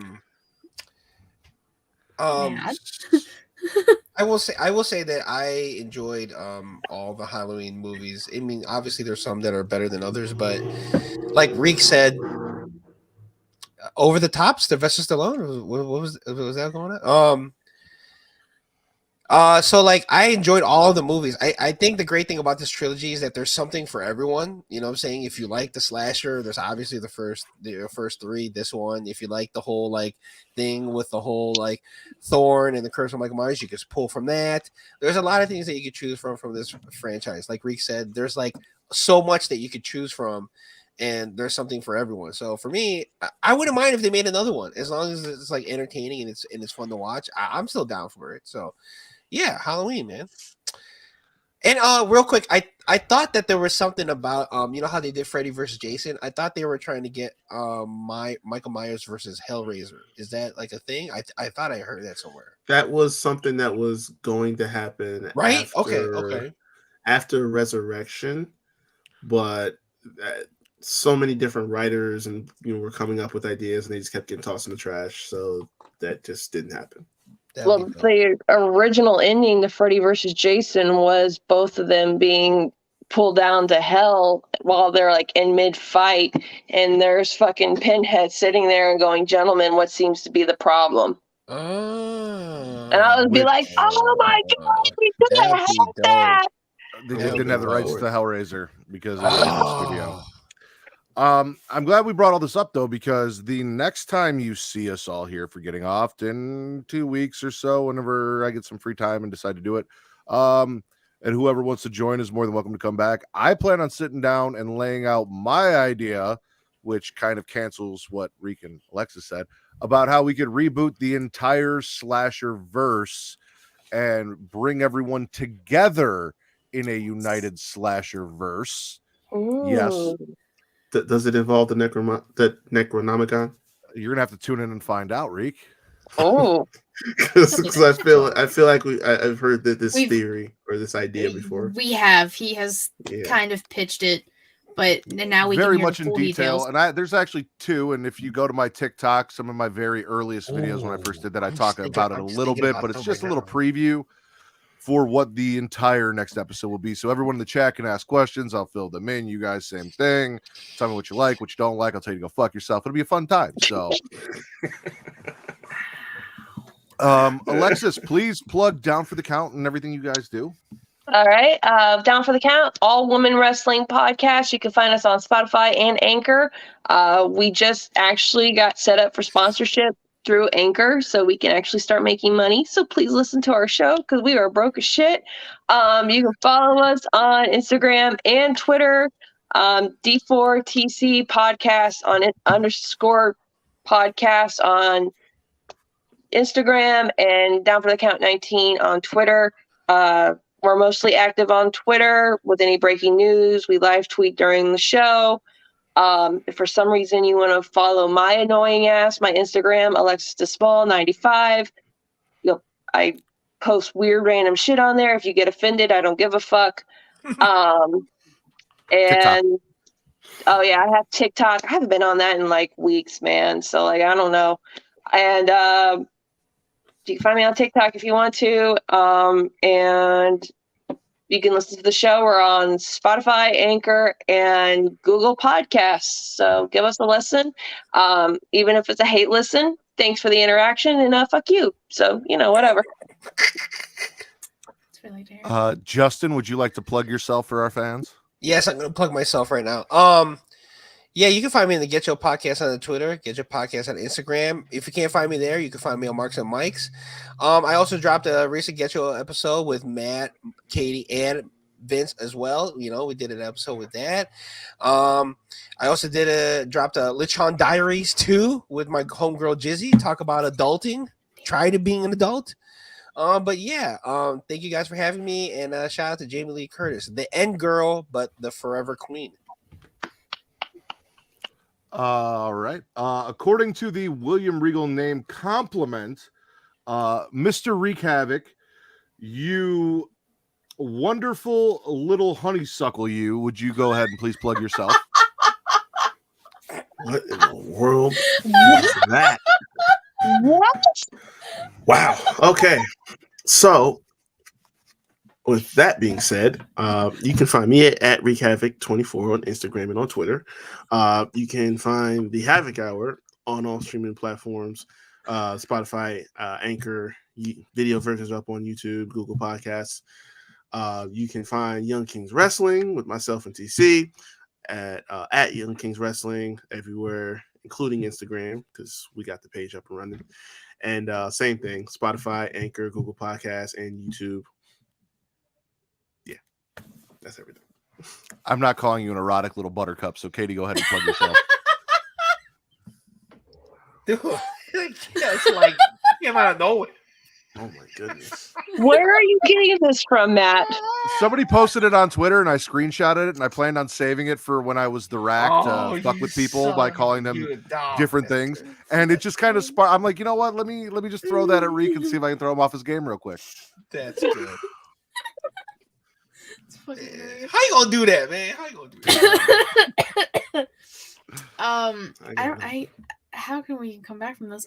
You can follow me on Twitter at KatieRasson13, Linktree and Isaac, all things She Lead Showcase, twitch.tv/She Lead Showcase, typically Thursday, 6 p.m. Eastern, unless something happens where Savannah ditches me, youtube.com/She Lead Showcase. I say watch your videos because they're way more entertaining.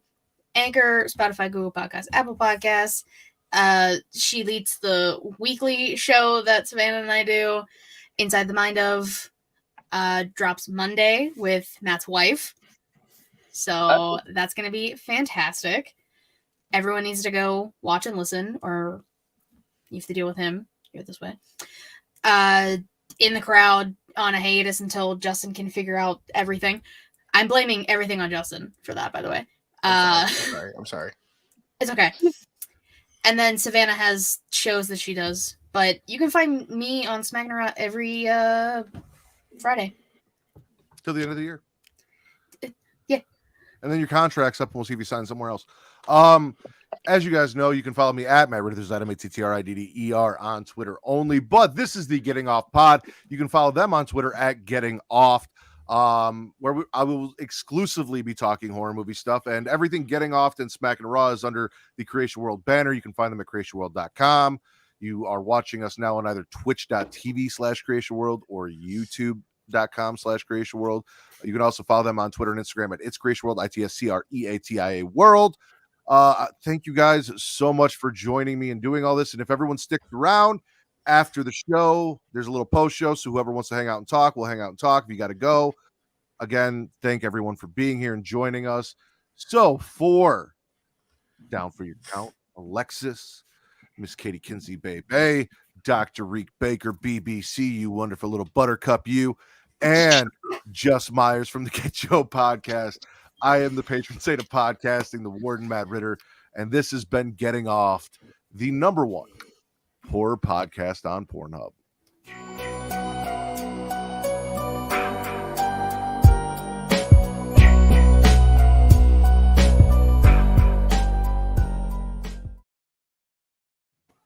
And we're back. See, that wasn't long. Nice little short break. Dope show, Yeah. man. That was dope. Dope. Yeah. Dope. I can't get over the fucking intro. The intro is just fucking. I know, right? I'm like headbanging on the like when you can't see it.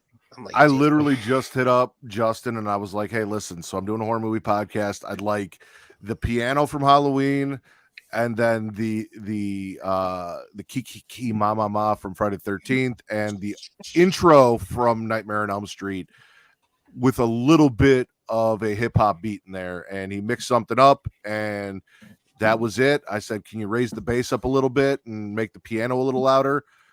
He did, and here we are. He Damn. is the man, bro. He is the man. He is the man. Jizzy drew the background back here that is behind everything for the house. Vince then edited it, added the lights in the windows for, you guys can't see it right now because everyone's in there, but Vince did the actual logo itself with the house that Jizzy drew for me. A lot of work that I didn't do went into making this podcast as cool as it is. So I appreciate all my friends for helping out with that. And you guys here for making this fun. That logo is just badass, man. I love the Amityville horror like back there. It's just and the red, so good. That's an episode, like an idea for your episode, like franchises that went sideways. The whole Amityville horror franchise. Wow. There was that one the one movie where it was just like people got things from the house that were possessed, like the clock like and shit. Yeah. Annabelle? Is that Annabelle? No. We So Nah. in Amityville Horror, there's a whole franchise, and in one of the movies, there is just an installment where like they sold shit from the house, and the shit that was in the house was also possessed. So when it moved to a new place, whatever was possessing the house came with it, and like there was a grandfather clock that came out of the house that brought something with it and started fucking with people in a new house because I guess they got tired of using the Amityville Horror House and they needed something to do. Okay. I think around that time is when it came out saying like it was they were faking it and shit like that. Like it didn't happen. I was like, well, you know what? Fuck you, man. Because doesn't it also that tie gets in? Ryan Reynolds shirtless, so you know. Dirty, wet, shirtless. I'm sorry, what were we talking about again? Doesn't it all tie into like a bigger story? The Annabelle. So They- go ahead. Oh no, you go ahead. I'm sorry. I was gonna say they used it in the Conjuring universe as kind Yeah, of like there you go. an Yeah, aside yeah. because 102. Ed and Lorraine Warren are actual people who have actually investigated a lot of stuff, like the Annabelle case for real, which Yeah, was they're like a real Raggedy Ann Ghostbusters. doll Yeah. and all of Yeah. that. So they mentioned in one of the movies, I think it was Conjuring 2, them going to and investigating the Amityville Horror House and all of that. But it really had, it was kind of like how Annabelle was a side story in the first Conjuring that didn't really have anything to do with what was going on in the rest of the Conjuring going forward.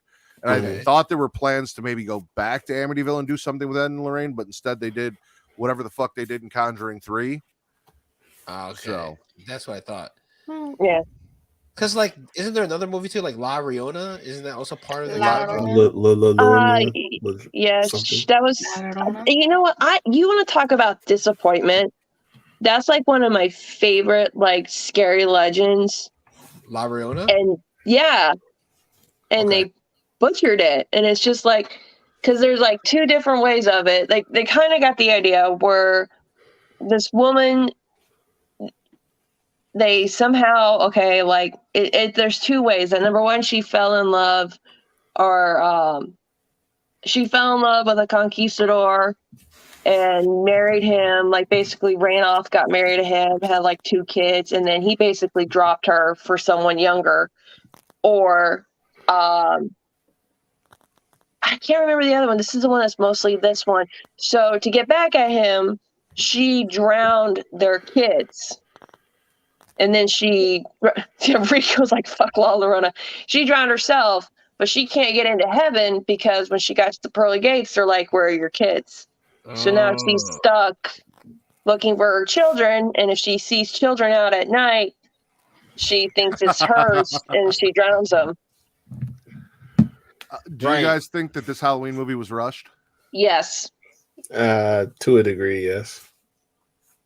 I think it was. I mean, if they gave us like another year, and then I think maybe they could have figured out more of like a balance with the Corey story and Michael and Laurie and all that, or See, I don't know though, because I remember specifically Halloween Kills was supposed to come out in 2019 and it got delayed because of the pandemic, and that's why it came out in 2020. And then as they were doing that, there were rumors that they shot both Halloween Ends and Kills together, which is why Jamie Lee Curtis was coming out and saying, I'm not sure people are going to like this. This is going to be a divisive movie, so on and so forth. So obviously they have had 2 years to shoot, test screen, reshoot, do whatever that they needed to do with it. And this is still the final product that came out. I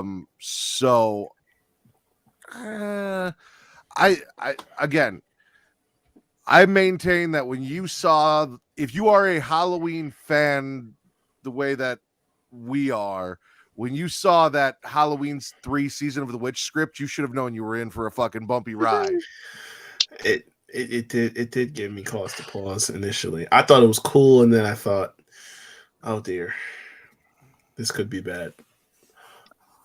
It's weird because now it's like I went into Party City and they're actually selling like Season of the Witch like the mask in Party City, and my daughter wanted one, and I'm like, nope, we're not nope. I am not chancing it. Just in case there is some weird toy maker out there with ideas. I mean, Halloween 3, a lot of people shit on it. It's not a bad movie, and I understood what they were trying to do with it. I love Halloween 3. It's just the fact that the thing is, and I tell people all the time, you just got to take it outside of the lens of it being a Michael Myers movie. Nobody from John to Deborah Hill wanted to make another Michael Myers movie. Right. They wanted to make an anthology series, and this was, if you just look at it purely as just another story to tell, it's really a good movie. Like it's an original idea. It's like it fits the 80s in terms of the stories that they were telling with different movies there. Like, it's all good. You just have to think of it as, okay, this is not a Michael Myers movie. It's a completely different story with some slight continuity because they had the scene where you see Halloween on the TV on the commercial there. But outside of all that, it's like it's its own movie, and it's realistically it's actually really good. Yeah, it's not bad. To even get into that a little bit farther, Halloween 2 was never supposed to be a thing. Yeah, same. Yeah. John Carpenter never wanted to make a sequel to Michael Myers. The way the movie ended was the way the movie was supposed to end, and that anthology series was supposed to start. And the production company, they came in and said, no, we need a finale. So he sat down with a 6-pack, came up with the story of Laurie and them Laurie and Michael being brother and sister, and all of this to satisfy them, which is why when they wrote this movie, they did what they did with taking that brother sister storyline out, because they were consulting with John Carpenter about it, and that's why they scratched it and said this is going to be a direct sequel to the first movie. We're erasing number 2 because he never even wanted to make that movie. It's also why Rob Zombie only made the first 2 movies, is because those were the John Carpenter movies, and that's what he loved.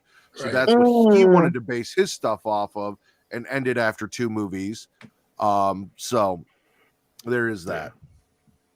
Yeah. So And- I got a question for y'all though. Now, first Halloween's iconic, started the whole like right up there with one of those movies that started the whole slasher thing, right? If it wasn't for the sequels, would any slasher, whether it's Michael, Jason, Freddy, the minor from Be My Valentine, whatever, do you think because it's for the sequels, whether good or bad or indifferent, that they're the reason why people know about these characters? Because like Michael Myers, Halloween, great, but if they stuck with the original anthology idea, would he be remembered as much as he's remembered? No, not the same, because it would have just been, just one of those characters. Like, you did have before Michael, you did have Psycho, you did have Black Christmas, you did have Texas Chainsaw Massacre. So there were like these individual characters that had their moments beforehand, but without creating all these extra sequels and stuff like that, it just becomes another one-off. And then you may have had eventually a Friday the 13th, a Nightmare on Elm Street, but it's the sequelization of every one of these movies that just spanned all these other franchises to make more movies. So I don't think it would have been as big.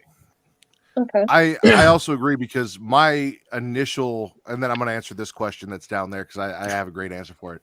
My initial thoughts when I think about the Halloween franchise, like my earliest memories are actually from 2 or 4 or 5. They're not from the original Halloween. Like, one of the scenes that really stuck with me, and I talked about it in the show as a child, probably because titties, but the girl in Halloween 2 who gets, drowned in the therapy tub and gets her face burned off and, sucks on Michael's finger. And yeah, so it's Halloween 2 and 4, I think, that are the most prominent in my childhood, because again, 4, 5, and 6 were on TV every year, 2 as well.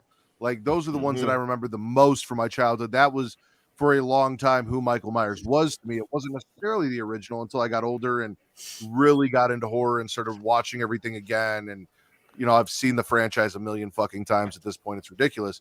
To answer the question in the chat, what would happen was we would have a scene of 30 people in an office building, and Michael would come in, and we would get Kane 2001 Royal Rumble, where he is just wrecking everyone and tossing people out, and then eventually he gets thrown out of a window. But Michael's chucking people out of windows, out of like the 4th story of a building, Royal Rumble-esque style, until somebody finally gets him. But then he gets up, sits up, and goes about his business. He survives the fall. But that would be my wrestling homage in a Michael Myers movie, would be Kane 2001 Royal Rumble, because that was the most badass Kane. Oh, man. That's kind of funny. That is the badass Kane, though. I totally forgot to mention this. You know what really pissed me off too? This dude, when they were sitting on top of the radio station, stuff like that, and he just starts like jumping down off of shit as if he's like just testing how much invulnerability he has. It's just like, oh yeah, I don't care about trying to be immortal or nothing like that. And yeah, there you go. Jumping off the shit and hitting the ground, and he sits up. I'm like, you didn't earn that. This is not how this works. Which is why he died. Mm-hmm. He was a pretender. It's terrible. So if like that just kind of makes me wonder, like they said, like you look into Michael's eyes and then like you see like the evil. Like, was there a difference between just, genuinely, because some people are just naturally born evil. Like, I'm just going to use his name because everyone's saying it, Jeffrey Dahmer. I think Dahmer was actually born evil. And it grosses me out that all these people are being gross with him. Do you think Corey wasn't really evil? He was just like really pissed off and he was going through like an angsty phase, like, yeah, fuck it. I'm friends with Michael Myers now and I'm going to go kill a bunch of people. And he got too cocky for his own damn good. I think I that think. Okay, go ahead. Go ahead. No, go ahead, Just. Well, I was just gonna say, no one is truly good, and no one is truly evil. Get out of here. Okay. So, All right, Alistair. Whoever What I- created what the I- concept of the DMV was fucking. I Yes, think Corey was 1000% made that's evil true. because obviously Reek brought up the parallels between the way Corey was treated and how Michael was treated in the Rob Zombie first Halloween and everything, where we saw with his mom, like his mom really sucked and was kind of shitty, and he had kind of a shitty at home life, but like it wasn't until these kids kept messing with them, they wouldn't believe that this was an accident. They made him their new personification of evil and then chucked him over that bridge that he really made that transformation.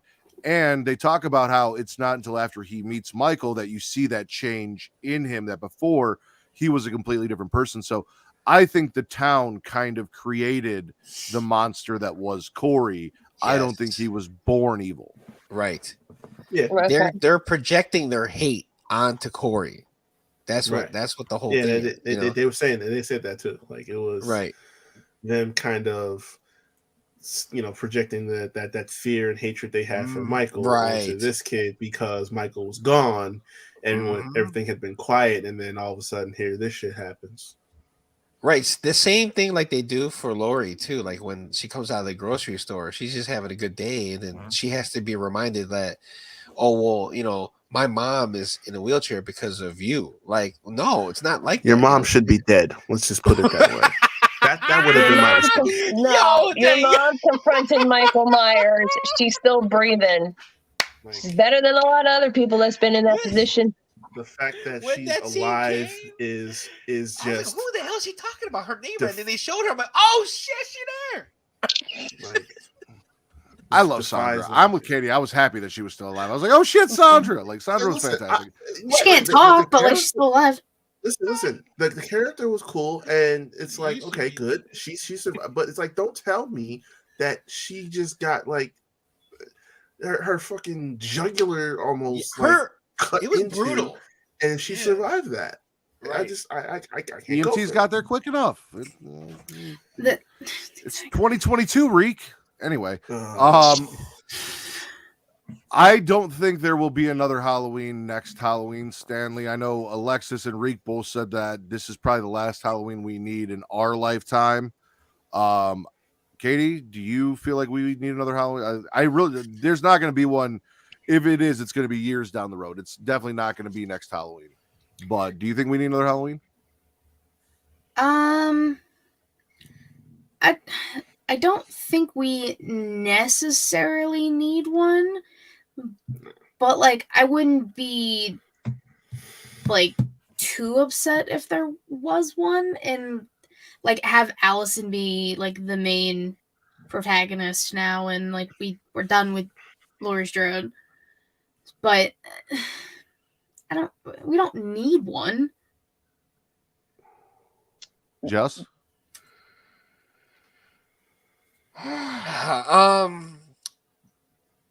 I'm just gonna say I don't mind if there's another one. To be honest, I don't mind, just because I have fun watching it. So if they do another one and if they make it a decent story, like we talked about, they could do the Thrawn thing. They could do that. Thorn. They might combine the girls from the movie Craft or the girls from Charmed. You know what I'm saying? To do some shit, and so who knows? Like, it's just a fun horror movie for me. So like I wouldn't mind if they did another one. I just hope they don't Oh, JJ. ever. I just hope they never decide to do a shot-by-shot remake Yeah. like there what you they go. did with Psycho. can we like if it's gonna be Halloween, do something different with it.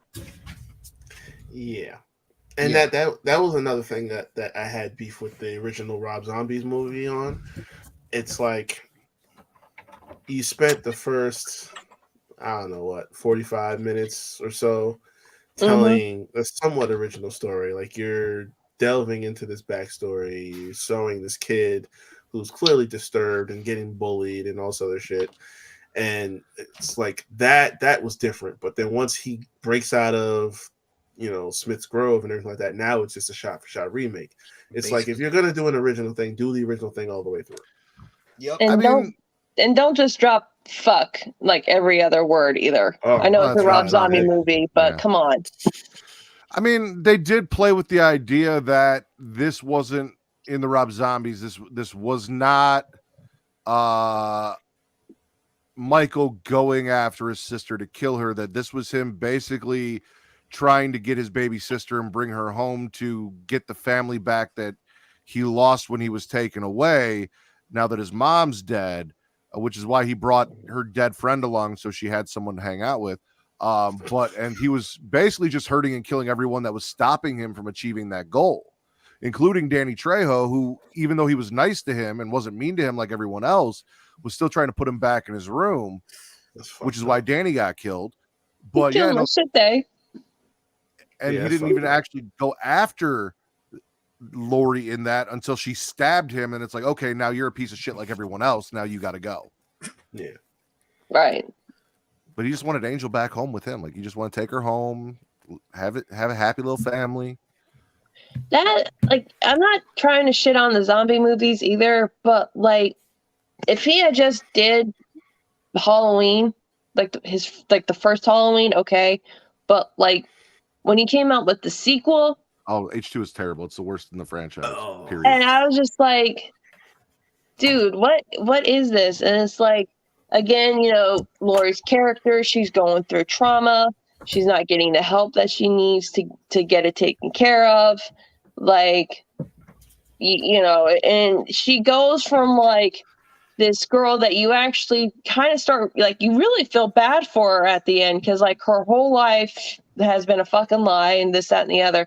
And then in the second movie, she's just a cunt. Yes. Yeah. To put Like it just lightly, straight up. And then like the ending is like she's crazy because now she's seeing like Sherry Moon Zombie in her dreams and I mean I see Sherry Moon Zombie in my dreams, but that's a whole nother situation. But she's like seeing her mom and like she's smiling and I'm just like, is this where Liv Morgan got her idea for her character? Ooh. Explains a lot. It's a fair question. But I just didn't like his I didn't like his sequel to it. I thought it was a little terrible. It was horrible. That's because Mustafa's kid, who like took over his job, just told Rob after the first movie because they wanted him to make another one, and he was like, he almost didn't make it because he just was so exhausted from making the first one. Right. But then he came out and said, "Hey, listen, you take it and you just do whatever the fuck you want to do with it." So he said, "Okay, let me just get the whole House of 1,000 Corpses, Devil's Rejects, and mash all that up into this movie to make something really out of the blue, out of left field." To be fair, though, like the first 15 minutes, the dream sequence in the hospital is fucking fantastic. And then once we wake up from the dream, it is all downhill from there. That's beautifully done. Like the dream sequences, those are shot in like I don't know movies, but like the way it was shot and everything, it was beautiful. But like I shouldn't have to sit through crap just to see something good in the beginning and then something just as good as that at the end. You watch AEW? Bruh. That's Russian roulette, my friend, okay? Like I mean AEW lately. Not 4 months ago, lately. You know what? Honestly, I try to sit through it, and it's like, no offense to the men and women over there who are actually over there trying to do their jobs and not cause bullshit going on. I can't sit through it. I can't. It's can't. respectable. That's a respectable opinion.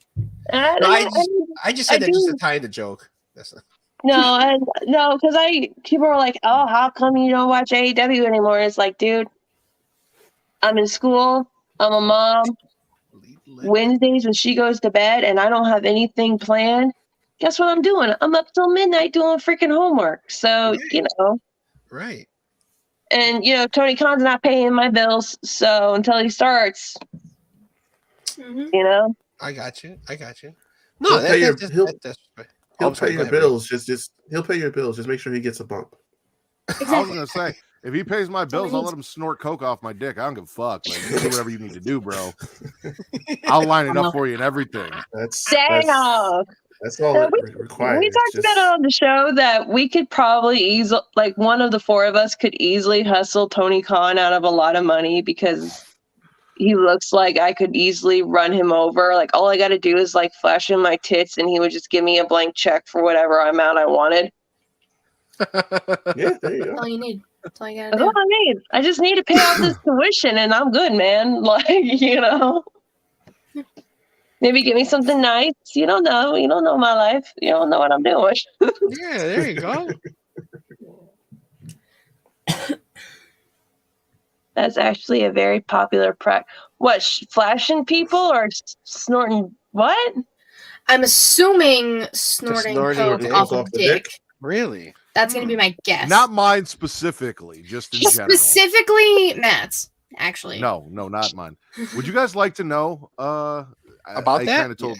No, I was gonna say. Oh, okay. Yeah. Because I have some questions. What's your William Regal compliment names would be, since we already did Reek and Katie?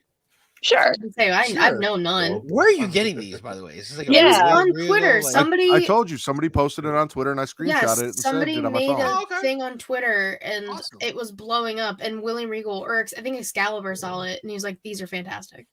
All right. Yeah. What's mine? Right. So Justin, you would be you mouth-watering little marshmallow. You, or no, I'm sorry. No, wait. I'm sorry. I have that incorrect.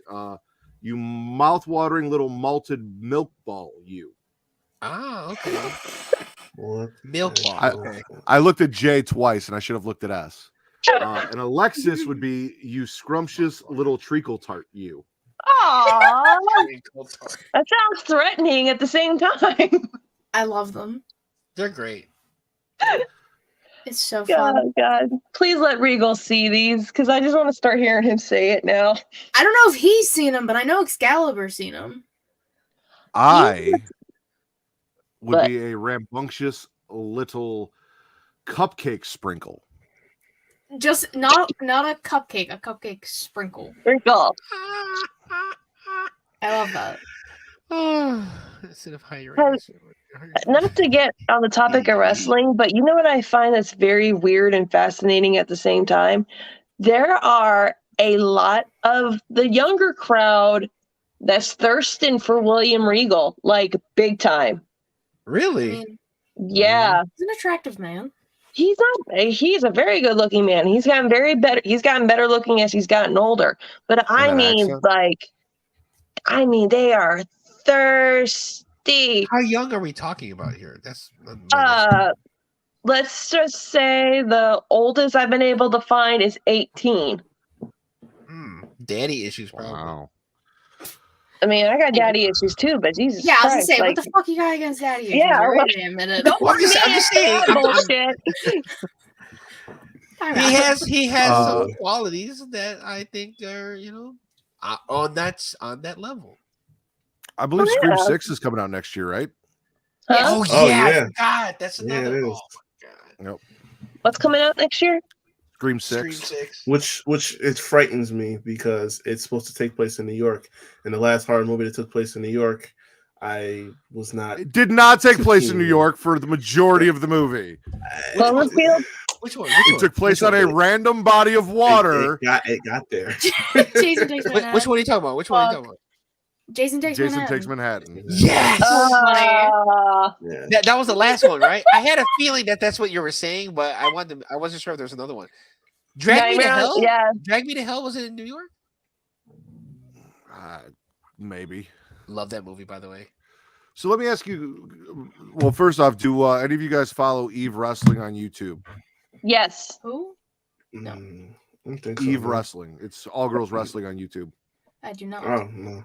No, follow Star. Alexis does.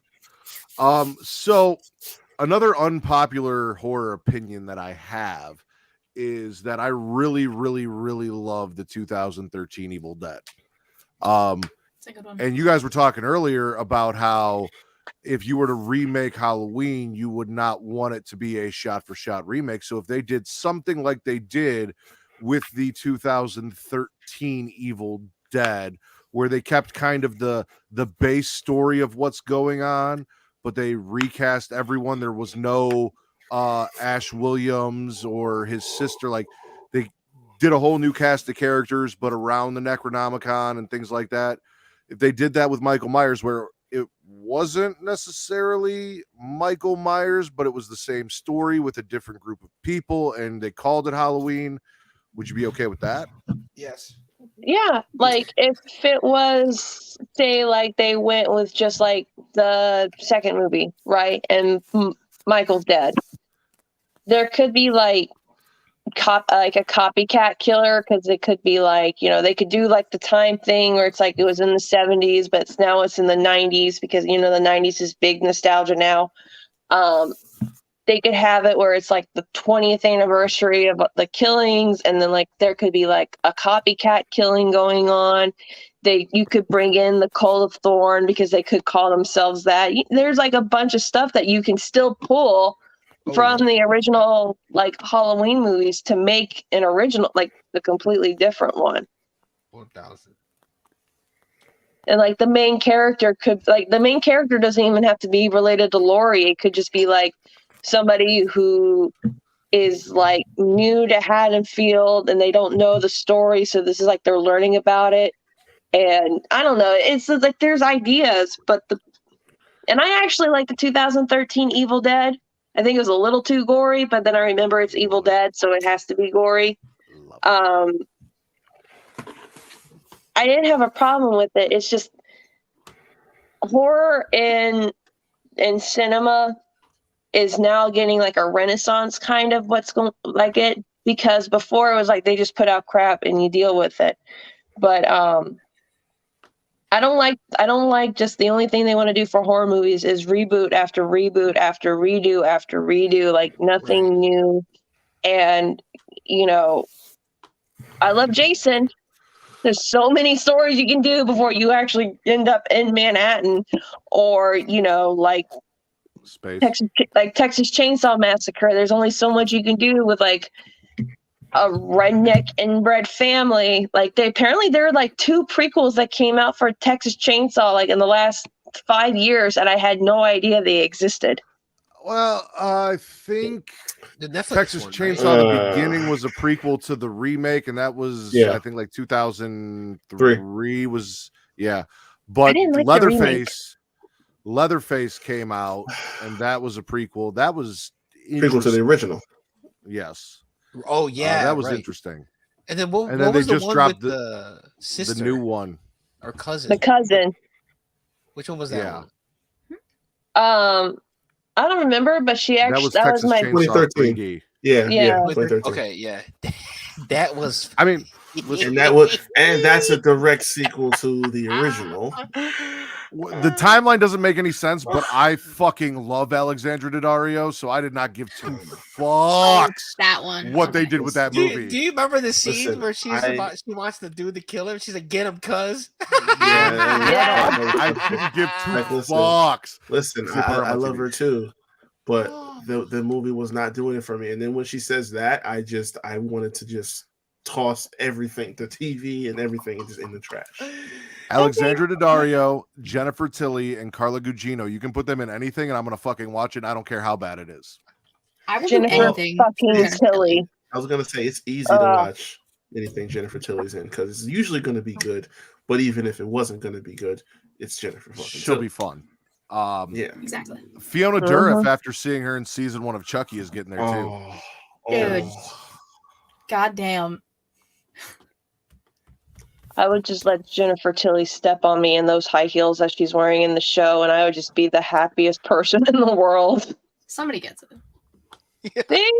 See, I got you. I got you. It's Jennifer Well, Tilly. Like, come on. Katie's just got a long list of people she wants stepping on her. So Oh yeah. Well, Jennifer Tilly is on that list. Mm-hmm. And another one. Did anyone see Smile yet? I have not. No. I did hear about that creepy PR thing they did at the baseball game, and like people were actually genuinely freaked out. Like, what the fuck is this? Yeah. Yeah. What were we talking That was about last crazy. week or something? Yeah. So think so. actually, the reason I have not seen Smile is because I have a 2-year-old and I have to get a babysitter, and I worked it out. So I had a babysitter, and my choices were I could go see Smile or Halloween, and Halloween is always going to win. So Halloween definitely wins. I went and saw Halloween. I'll probably catch Smile on demand. I also Jeepers Creepers Reborn is out, and I've heard it's dog I shit. But heard. I'm probably going to Yeah, I check was gonna that. say I've heard that Oh, was Yeah. That's out already? terrible. Oh, it's not Yeah. good. Ah, fuck. Well, it went straight to video on demand. I don't think it even went to theaters. So It didn't. Yeah. Have you guys? What's the one? Have you guys seen Pearl yet? No. not Pearl, but I did see X. I did not that's just see X, but I kind of know the basics of it because someone spoiled it for me. Thanks, Chris. But I hope you're watching this. I want to see Pearl just because it looks. I love like horror movies that have that aspect where everything seems like it's okay, and then it just starts slowly falling apart, dude. Like to the madness and shit. I love that kind of setting. So I would still recommend watching X because even if like there is the twist at the end, but it's not really that big of a twist, and you will have context of everything going on going into Pearl. I really enjoyed X just because it was very like shot in the time and done very well and had all of those elements of kind of like Texas Chainsaw Massacre meets like The Visit from M. Night Shyamalan in a way. Ooh. And Yeah. then so that my wife did not enjoy it, so that gave me a free pass to then go watch Pearl without her because a lot of things I have to wait so we can watch it together, and we only have time on the weekends, so then it's always like a Saturday night something, which is another reason why we do everything so late is she goes to bed and then I can go play with my friends online. And we've watched all of our stuff, but I want to check that out. Also, the trailer for Megan, I want to see Megan so bad. Ugh. My wife said the same thing. No, fuck that. Give me Megan. No. Why we gotta keep doing creepy dolls? That's I what my wife thank said. you. Oh Why yeah. not? It's Okay. fun. Thank you. Okay. It's I don't know. fun. No, Why she not? looks too real. Like She was nuh-uh. TikTok dancing to murder. Like Listen, what the fuck was that? fantastic. That's what it was. Terrible. It was look. There's a difference between like Chucky because I know I could fight Chucky, but like if you start making them taller and sentient and Yeah. they're not human, they're just actual robots and shit and ventriloquist dummies. Those things freak me the fuck out. I'm done. I'm Dead sorry. silence. I told you. I can't. I was trying to look it Can't up, do but it. then my Google brought me to my bookmark of Megan Thee Stallion. So now that's where I'm at. And I get a doll of like a Yeah, like and I some, cannot leave. like, I cannot humanoid leave. I of cannot Meg the Stallion. She's awesome. Yes, because you keep fucking sending that damn dancing clip. Oh God, no! Because I'm telling you, however- the first person I see dressed like that robot and doing that, I'm shooting them. Like pure and simple. Like I don't care. Jesus. That's how I am freaked on- out I would be. Too much I am shit. on the opposite spectrum of Alexis. I want a whole franchise of android people murdered. Like, I need someone to get a sex doll and just have the sex doll start like fucking people up. Like That's a good idea Get- for a horror movie. a sentient sex doll mailed to your home, and like teeth, it just taking shit off people. No. You could have a sex worker be murdered in a factory and her blood mixes in. It's kind of like with Chucky, right? Her blood mixes in with the material that they use to make the sex dolls with. And like DNA like makes her So she goes to the factory so that they can make one of those like the pussies that they make for the porn stars, where like you can buy a porn star's vagina and have sex with it, Sure. like the mold, the cast. And Yeah. while there, she gets murdered, and yeah, like you said, her DNA mixes and somehow brings this thing to life. Maybe she's like a witch / porn star, like she's a witch who does OnlyFans on the side to make a little extra cash. Tell them what I do on the side, man. You know, it's weird. The one thing I do want to ask you guys this, and then I actually gotta go because I got kids stuff to take care of tomorrow. I don't know if it's really considered a horror movie, but was anybody else let down by Don't Worry, Darling? I have not seen it. I didn't. I've seen it that. twice. What'd you think of it? It wasn't what I was expecting it to be. I was expecting like way more like, I don't know, more thriller type stuff. Right. But it wasn't terrible. Like it wasn't like the worst movie I've ever seen. And I didn't even mean to see it twice. I kind of just like ended up happening. I saw it by myself and then I ended up seeing it with a friend later that night. But like I also missed the first 20 minutes when I went by myself because they told me the wrong time online. Oh, But it wasn't bad, and like the twist definitely like I didn't expect. Like I knew some weird shit was going on, but I didn't know that fucking weird. right. Like I would have expected more like, because it's the 1950s setting, you know, I'm thinking like, you know, again, it's like that atmosphere where you already know it's creepy and it's like something that shouldn't go wrong is going wrong kind of thing. I don't want to spoil anything, but it's like first the director was a freaking idiot, but I get what they're trying to do because like feminist horror is on the rise because it's just like they're trying to like break the stereotypes. You know, the final girl, it's always the girl's fault that the killer finds her. You know, she falls.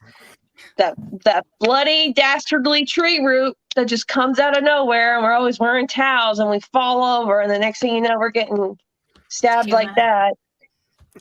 They're trying to change up the game. And I thought that's what this movie was doing, but it was just. It's like I get what Olivia Wilde was going for, and there's definitely, Olivia Wilde's the one who she's in it and she directed it. The drama behind the scenes was some of the best things about the movie, Right? But Jason Sudeikis and what? No, that's a whole nother. Like I don't want to take it that whole that is a conversation for another day. oh, is that Like- okay. But like, they definitely could and will probably make a sequel because of stuff in like how it ends. Yeah. Like, with Chris Pine's character and his wife, and there was a sign in the background towards the beginning that was talking about like whatever their little town is. It was like a phase 2 or something like that. So like there's the possibility that there could be another one, which we probably don't need to do. But No. whatever. If you Florence Pugh in it, fuck yes, I'll watch it. Before Alexis goes, I just love that you guys are having this whole conversation, and the entire time Rico is just in the comments, still on the sex doll story movie line. Also, That's my son, so I apologize for that.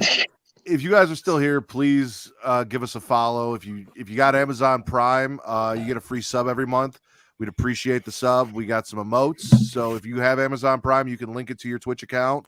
And then I had to do it through desktop. It wouldn't do it on my phone, but you can go in and just check that little mark, and you get a free sub every month. And then Amazon's not just keeping that money, so support somebody with it, if not us. But I'm going to start plugging these post shows, because between what the discussions we've had here tonight and then the last post show for Getting Off, where I sang Garth Brooks and then the Rack sang Garth Brooks, Yes.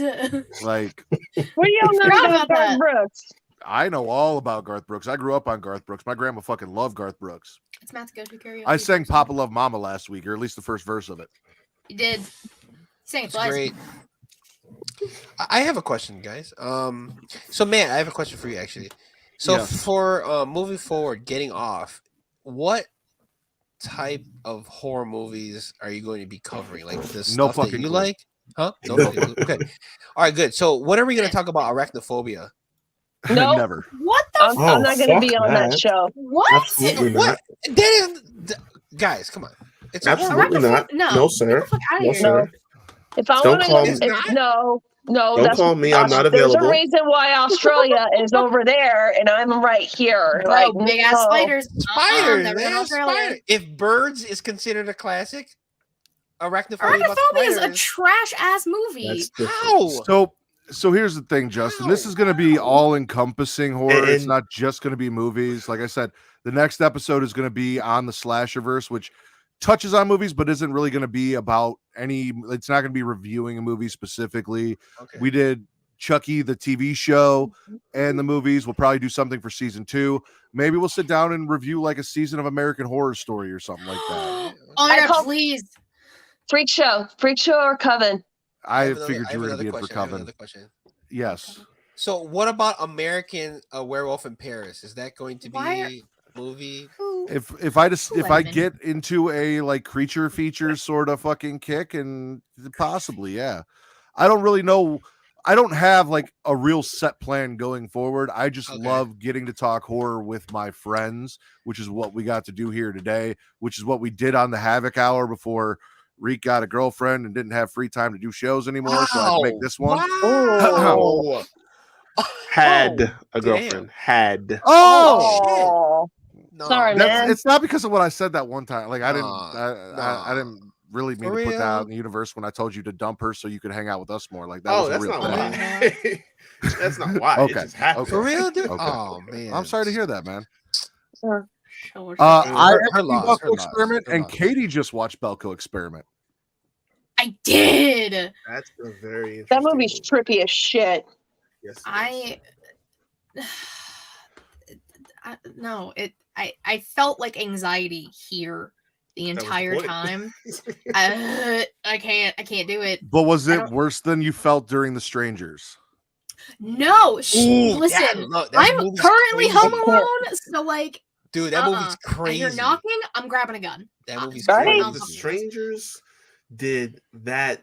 The concept of like suspense and that feeling of being uncomfortable so well. I watched that movie in theaters, And no I was dialogue, too. terrified several No dialogue. years after. Hold on. Off myself. We are going to table this, and we're going to come back to this because I want to have everyone here back on, and we're just going to talk about the type of horror movies that really freak us out. So if it's Okay. the Stranger stuff, we'll talk about that. If it's I will. supernatural or like paranormal, like we'll talk about all of like what has really creeped us out and stuck with us, and we'll tell stories, and we'll do a whole yeah. episode on that. So Man, we'll save I that got for an a episode. list. Okay, Same I have a here. question too. I have another question. Yes, yes. 13 Ghosts. Is that going to be I covered love as well? 13 Ghosts, so Yay! probably yeah, that would, Matthew Okay. Lillard. This is okay. You guys want to know something cool? A couple years ago, my friend dressed their kid up as the Jackal From 13? Oh, from 13 Ghosts. They had him like they made a little straight jacket and everything, and then they took like I don't know how, but and they even made the cage to put around his head that was like busted open. And they took him to like a trick or treat thing, and they were told they had to leave because his costume was too scary. He put a picture of it on Facebook. I said, "Man, whose idea was it to get your kid dressed up as the Jackal?" And he goes, "First off, you know this movie, awesome. Second, it was his idea." yeah, come on. And this kid was like 8, 10 years old. I can't even get my kid to watch Hocus Pocus without that freaking her out. So I'm like, what the hell did I do wrong? So I'm actually worried. So my daughter is not afraid of heights, is not afraid of shit. We went Halloween costume shopping this year because this is like the first year she's really gonna trick or treat. Like we taught her, she knows how to say trick or treat. We've been practicing. We're like, I'll have an M&M, and I'll be like, "What are you saying?" She'll go trick or treat, and then I'll give her an M&M, Oh, so she I love knows her. like how the whole deal works. Because she's 2. This like she just turned 2. So I'm going as a Ghostbuster. My wife is going as a Ghostbuster, and she's going as a Stay Puft Marshmallow Girl. And then we got her a little Slimer bag that's a little hand that she can stick out. I'm also looking up the pictures we took from last year. I'll send them to you, Alexis, of her as Okay. Tiffany and our friend's son as Chucky. But Oh, she was terrified of the displays in Spirit Halloween. Like at first we walk in and there's like a giant monkey with like the fucking symbols, and she goes, monkey, and I'm like going over there. She goes, no. And then as I was like trying to walk her to the stuff, she's looking and she's like walking away from it. And I'm like, you want to go? She goes, no. And she's like, uppy, like, Dad, hold me, pick me up, get me away from this stuff. Aww. We went back in there with Kate, and Kate walked her through one of the tunnels, and she was not happy about it at all. Like she's like, Mom, give me to Dad. No, we're not doing this. The tunnels are crazy though. If you're They are for the kids. Mhm. To go, you're saying, Alexis, you were saying that you can't get your kid to watch Hocus Pocus. You said she has nightmares very easily. okay. I don't know how it happened, but she doesn't like the beginning when he gets turned into the cat. All right. And that's kind of like, she goes, I'm gonna watch it. I'm like, are you sure? I'm gonna watch it every time. So I don't even to watch it, you know. At least yeah, because I don't mind. And like my husband's like, you know, he's just like, you know, it shouldn't scare you. And I'm like, I told him last night, I said, you know, you gotta remember, until I was about 16, I could only make it halfway through Jurassic Park until the T-Rex came out. No, that T-Rex scared the shit out of me. Like that whole, like Katie was just talking about the anxiety thing. Yeah. That whole scene, from the time you hear those stomps to the time he eats the lawyer or she eats the lawyer, it's just nonstop anxiety and dread. And then when it breaks through the car and the kids are pinned down and they're screaming, and I'm just like, when you're a kid, that fucks with you, man. Did you see that in the theater, Jurassic Park? My brother did. I did not, because I was too young to go see Jurassic Park in the movie theater. The first time seeing Jurassic Park and you're hearing those roars, it does get you, because it's like it's like right there. It's scary. It is. But I was gonna say maybe you're maybe like, you know, your daughter will find the type of horror movie she likes, because for Natalie, zombies is her thing. So like 28 Weeks Later is like her favorite. That's like her favorite zombie movie. Walking Dead. So like zombies is like her thing. Well, like 2 years ago for her birthday, we had like a zombie cake, and we're like, "What do you?" I'm like, "What do you want for your birthday? Like on your birthday cake?" She goes, "I want a zombie." Like out of nowhere, I'm just like, "Okay," because like we have like stuff around the house because of like I'm trying to teach her, don't be. You can watch a slasher movie and it can scare you because, you know, that's what it's meant for. But like, don't be more afraid of what's fictional than what's actually going on in the real world. Right. So my goal is to convince my daughter that I have killed every single slasher in the movies with my bare hands and tattooed them on myself as a mark, so that she never has to be afraid, because Daddy has killed them all. And Daddy's stronger than everyone. Boba Fett. Okay, Boba Fett. However, the closest I've gotten is she looked at my Leatherface tattoo today and she goes, "Monster," and I'm like, "Yes, that is a monster." Well, so we'll get there. That's good. Also, Final Destination, is that going to be a movie? Possibly, Justin. Listen, this is not going to be a weekly show. This is not going to be a weekly show. This is going to be maybe bi-weekly, once a month. We'll see how it goes and who has free time and what we can get done. It's not going to be like Smacking a Rob, but yeah. No, I feel you. We'll figure it all out as we go. I don't have a tentative plan for anything outside of now 2 episodes, the Slasherverse and the What the Fuck Really Scares Us episode. Yeah. So. Can't wait for all right, cool. Oh, can I just throw a suggestion out there for the Tremors franchise? Yes. Fucking want to talk Tremors. about a franchise that went off the rails. Jesus. 2 is good. 2 is actually good. The second one is actually good.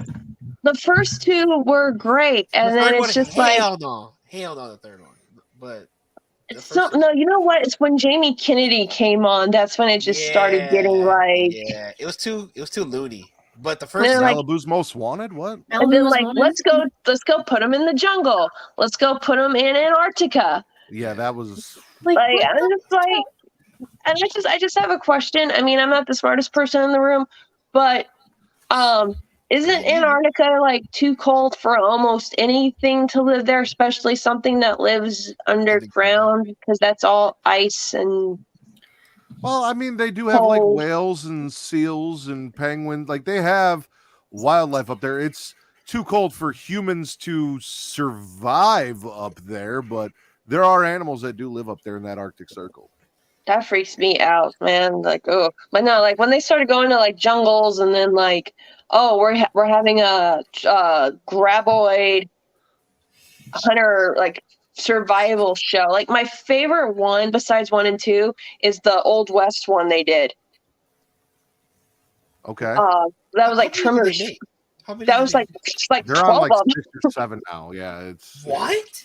Yeah, I will there was say- like it was like Trimmers 4, Holy Wow. and it's like you meet. It's like set in like a Wild West setting, and it sounds horrible, right? But it's actually really good. That sounds like because that's kind of like what they were doing in the first one. It was like the desert, the sand. Yeah. Okay. Well, okay. because they Shit, have it where, 7 like- movies. Yeah, like they have Burt Gummer's ancestor come to the town, Stop. and you think Stop. it's really good. You think he's like this hardcore hunter guy, but he's like this never worked a hard day in his life, like rich banker dude. My gosh. And it's so funny. And my husband is fucking hilarious. I gotta find the quote, but there's this one point he does this whole dialogue, and my husband can recite it from memory. Wow. And I'm just like, how the hell do you remember this? He's like, I've seen this movie a lot. I'm like, damn, I can fucking tell. Jesus. Mhm. I will say, if we ever do Anaconda, I'll try and get Sir Mix-a-Lot into the intro somehow. Yeah, it's the old B movie, the 50s B sci-fi movies. Like the original The Thing. The Yeah. one that John Carpenter remade. Then it's like the Creature from the Black Lagoon. oh, that was actually filmed near my house. Really? Yeah, I'm from Oh, Florida, and it was snap. filmed in like Oh, Sunken okay. Gardens, Okay. like okay. or something like a. Yeah, so we literally lived like 45 minutes away from it at one point. So you went from Florida to the Midwest. Yeah, So from bath salts to meth. they're both pretty rampant up here still. I'm not gonna lie. Less chance for zombies though, because we have more people with guns. So True, very yeah. true. Very true. Oh, like if we're gonna do like one day, like 1 month, if you want to do this, just like nothing but like cheesy 80s slasher movies like Chopping Mall. Oh, yes. Fucking love that. I mean, it's just like I will literally just be like, this looks so stupid. And I'll watch it. And I'm like, it was so stupid. But guess what? I'm probably going to watch this again sometime. And I've you seen could it only remake that. once. It's a movie. Let's just see. You know what the funny It's a- thing is, it's you a can movie. make that today. They can make that same movie today, just be as cheesy as it fucking was back in the 80s. And I'm telling you, that shit would make so much money. Oh, yeah. Wait, didn't they kind of do it? What's the zombie movie with Mekhi Phifer? Dawn of the Dead. Yeah, because it was in them all. So I mean, it's kind of the same thing. But that was a remake of the Romero movie, so that doesn't really count. Yeah. And that was zombies. That wasn't robots in the mall hunting people down who were spending the night. and True. Killing You know them. what you know what the sad thing is? I've been to the Monroeville Mall, and they don't have anything set up to like show that Dawn of the Yeah. Dead was made there. Really? That's Like my husband went one year. He's from Pittsburgh, so he used to go to like Monroeville Mall all the Shout out. time. Shout out. And they used to have like a zombie exhibit there, and they have like props that they used from like the movie and everything. They don't have it anymore. Hey, Really? Stanley, if you follow me on Twitter at Getting Off, which I got on the screen, the next time that we're doing an episode, I'll be tweeting about it. I'll put it up and let you know what day and time and all of that. So that's the best way to find out when we go live again to talk horror movies is follow me on Twitter at Getting Off. Yep. and following any of us because we will also retweet it as well, Stanley. Yes. That's true. I think I can't speak for anyone else. Tiff can't watch horror movies. So she's like, this is all you. You can do it. You can do it. Because like she watches one. What was the thing when they were showing like on SmackDown yesterday with like the Viking Raiders and the little like WWE doing Norse paganism? She goes, the stripper scene. what the hell kind of witchcraft is this? Like she starts freaking out. And I'm like, it's just WWE doing Norse paganism, dude. Just like calm down. And she's just like, of course you'd be the one to tell me to calm down over the weird shit. I'm like, yeah, whatever. It's just, you know, they want to be Vikings, but you know, Vikings weren't racist, but that's a whole nother story. What do you mean, Sarah? Yeah. I could smell her dreadlocks through the TV. I said it on the show. I'm not here for that. Nobody asked for this back, so I don't know why. Yeah, you're right about that. Nobody asked for this back. Well, Stanley, you can also follow this Twitch, and you just have, when we go live, you just look for Getting Off, and that'll be us. So why locked? What'd you do? Yeah. What did you do to get your tweeter locked? Why are you all harassing this person? I'm serious now. He brought it up. Listen, he brought it up. Their Twitter was locked. I just want to see if we're all friends. Rico, go to bed. No, he's right. Okay. He's right. I 100% agree with him. That's the thing me and TC say all the time, and she clearly. I just assumed she was the new Scarlet Witch. Oh, fuck you! No, don't do that. Don't do that. That's fucked up. How dare you? No. Were her fingers black because she didn't wash her ass? Like no, because she used dark magic. There's a big fucking difference. Yeah. She earned those fingers. Sarah Logan only doesn't use dark magic because it has dark in it. That's the only reason she doesn't use it. Stop. Stop. What the fuck? Wanda would never. You damn right. I don't know. I mean, after Vision died, she went down a very, like, maybe she wasn't bathing. You know, she was grieving.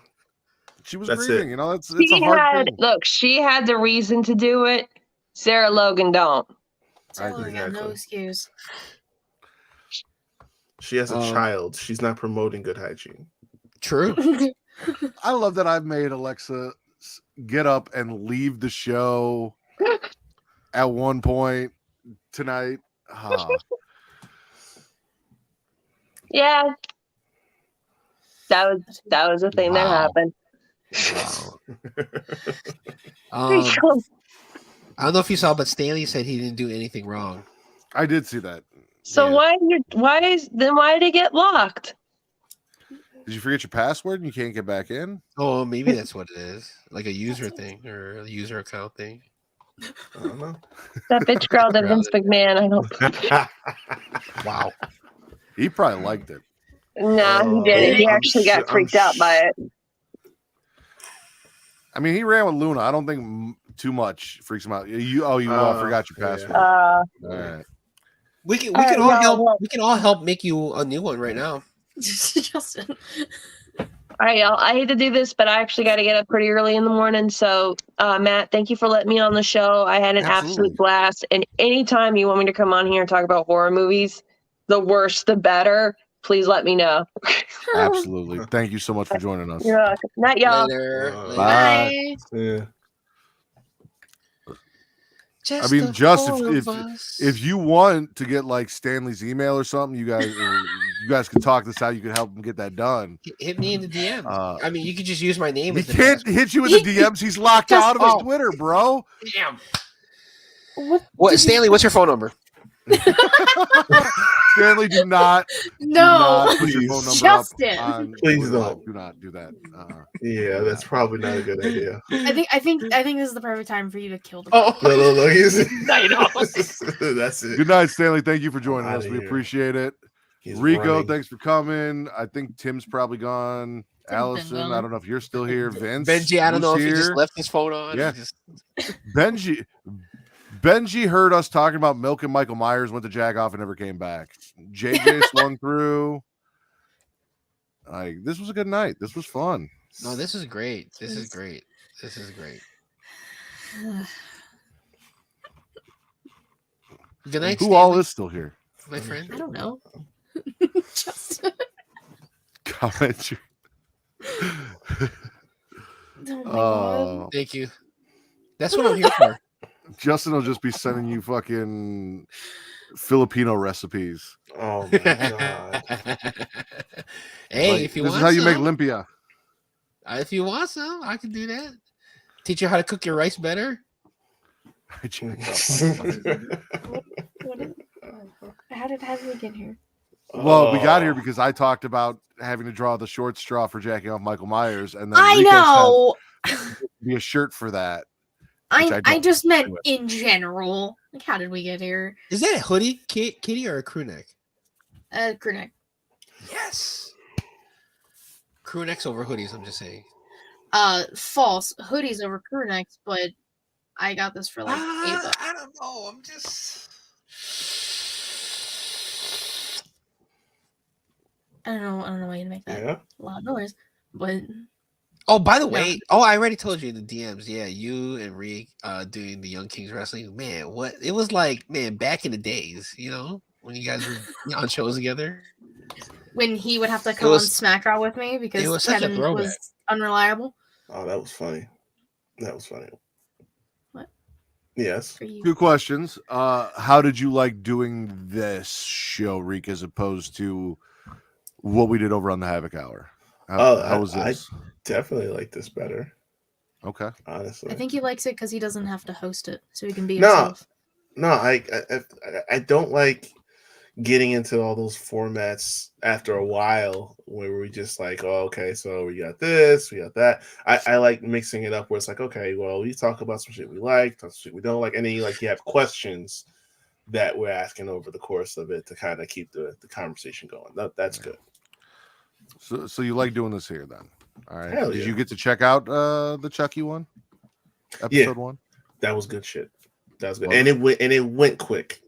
So it's like, See, that's what we thought too, didn't we? That's Right? We're helpful. like, man, I didn't Yeah. know it was 2 hours. I was like, I have Right. no idea how we covered all of those movies in an entire season in that short amount of time when we had to break up Halloween and Friday 13th into 2 parts. Dude, yeah, I'm still on part 2 of Friday we- the 13th. I was gonna say we didn't get too deep in depth to the movies though. Like we just kind of, hey, this movie happened. This is what happened. What you guys Yeah. like? What you didn't like? All right, move on. Next one. Yeah, Well, I Friday the think 13th, we that, didn't even like- do that. We just talked about what we liked, what we didn't like, and then we moved on to the next movie. Like, yeah. for that full franchise. Yeah, but there was a lot. It's just so many movies. I think because Chucky, like, literally is like one storyline that's easy to follow. Basically. Or like Halloween and Friday 13th are like separate, stories that are all piled together, Well, the thing is, Chucky has a continued continuity from the first movie Yes. all the way on through into the series Yep. now. But we had those stop starts where it's like, okay, the first Yep. 3 movies, Yeah, we follow that, and then we got into Bride and Seed, which The of Chucky's. and it's like Yeah. And then it's we had kind of that like weird we just reboot. veered off into strange territory, and then the reboots, or I can't even say reboot, they were really just sequels, but we got kind of back on track there, and then we just added a new layer to the story. Listen, Yeah. the reboot. If they didn't call it Child's Play, The and AI. they didn't AI. name that kid Andy, Oh yeah. nobody would have had a fucking problem with that movie. Mm. That movie was really fucking good. No, it was. But yeah. because it was Child's Play, everyone was like, "Oh well, Lakeshore Strangler's spirit isn't in the doll, and it doesn't look like the Chucky doll." And it's like the same thing with Halloween 3. It was a If they wouldn't have fucking called it fun Halloween, movie. Yeah. you wouldn't have. Just Cared so much about it. Change the movie title. If you would have called it everything's Season fine. of the Witch, would have been different. There you go. I'm a genius. Branding is a You're a motherfucker. You're a genius. That's right. Oh, guys, this was great though. This is This awesome. was great. This All was right.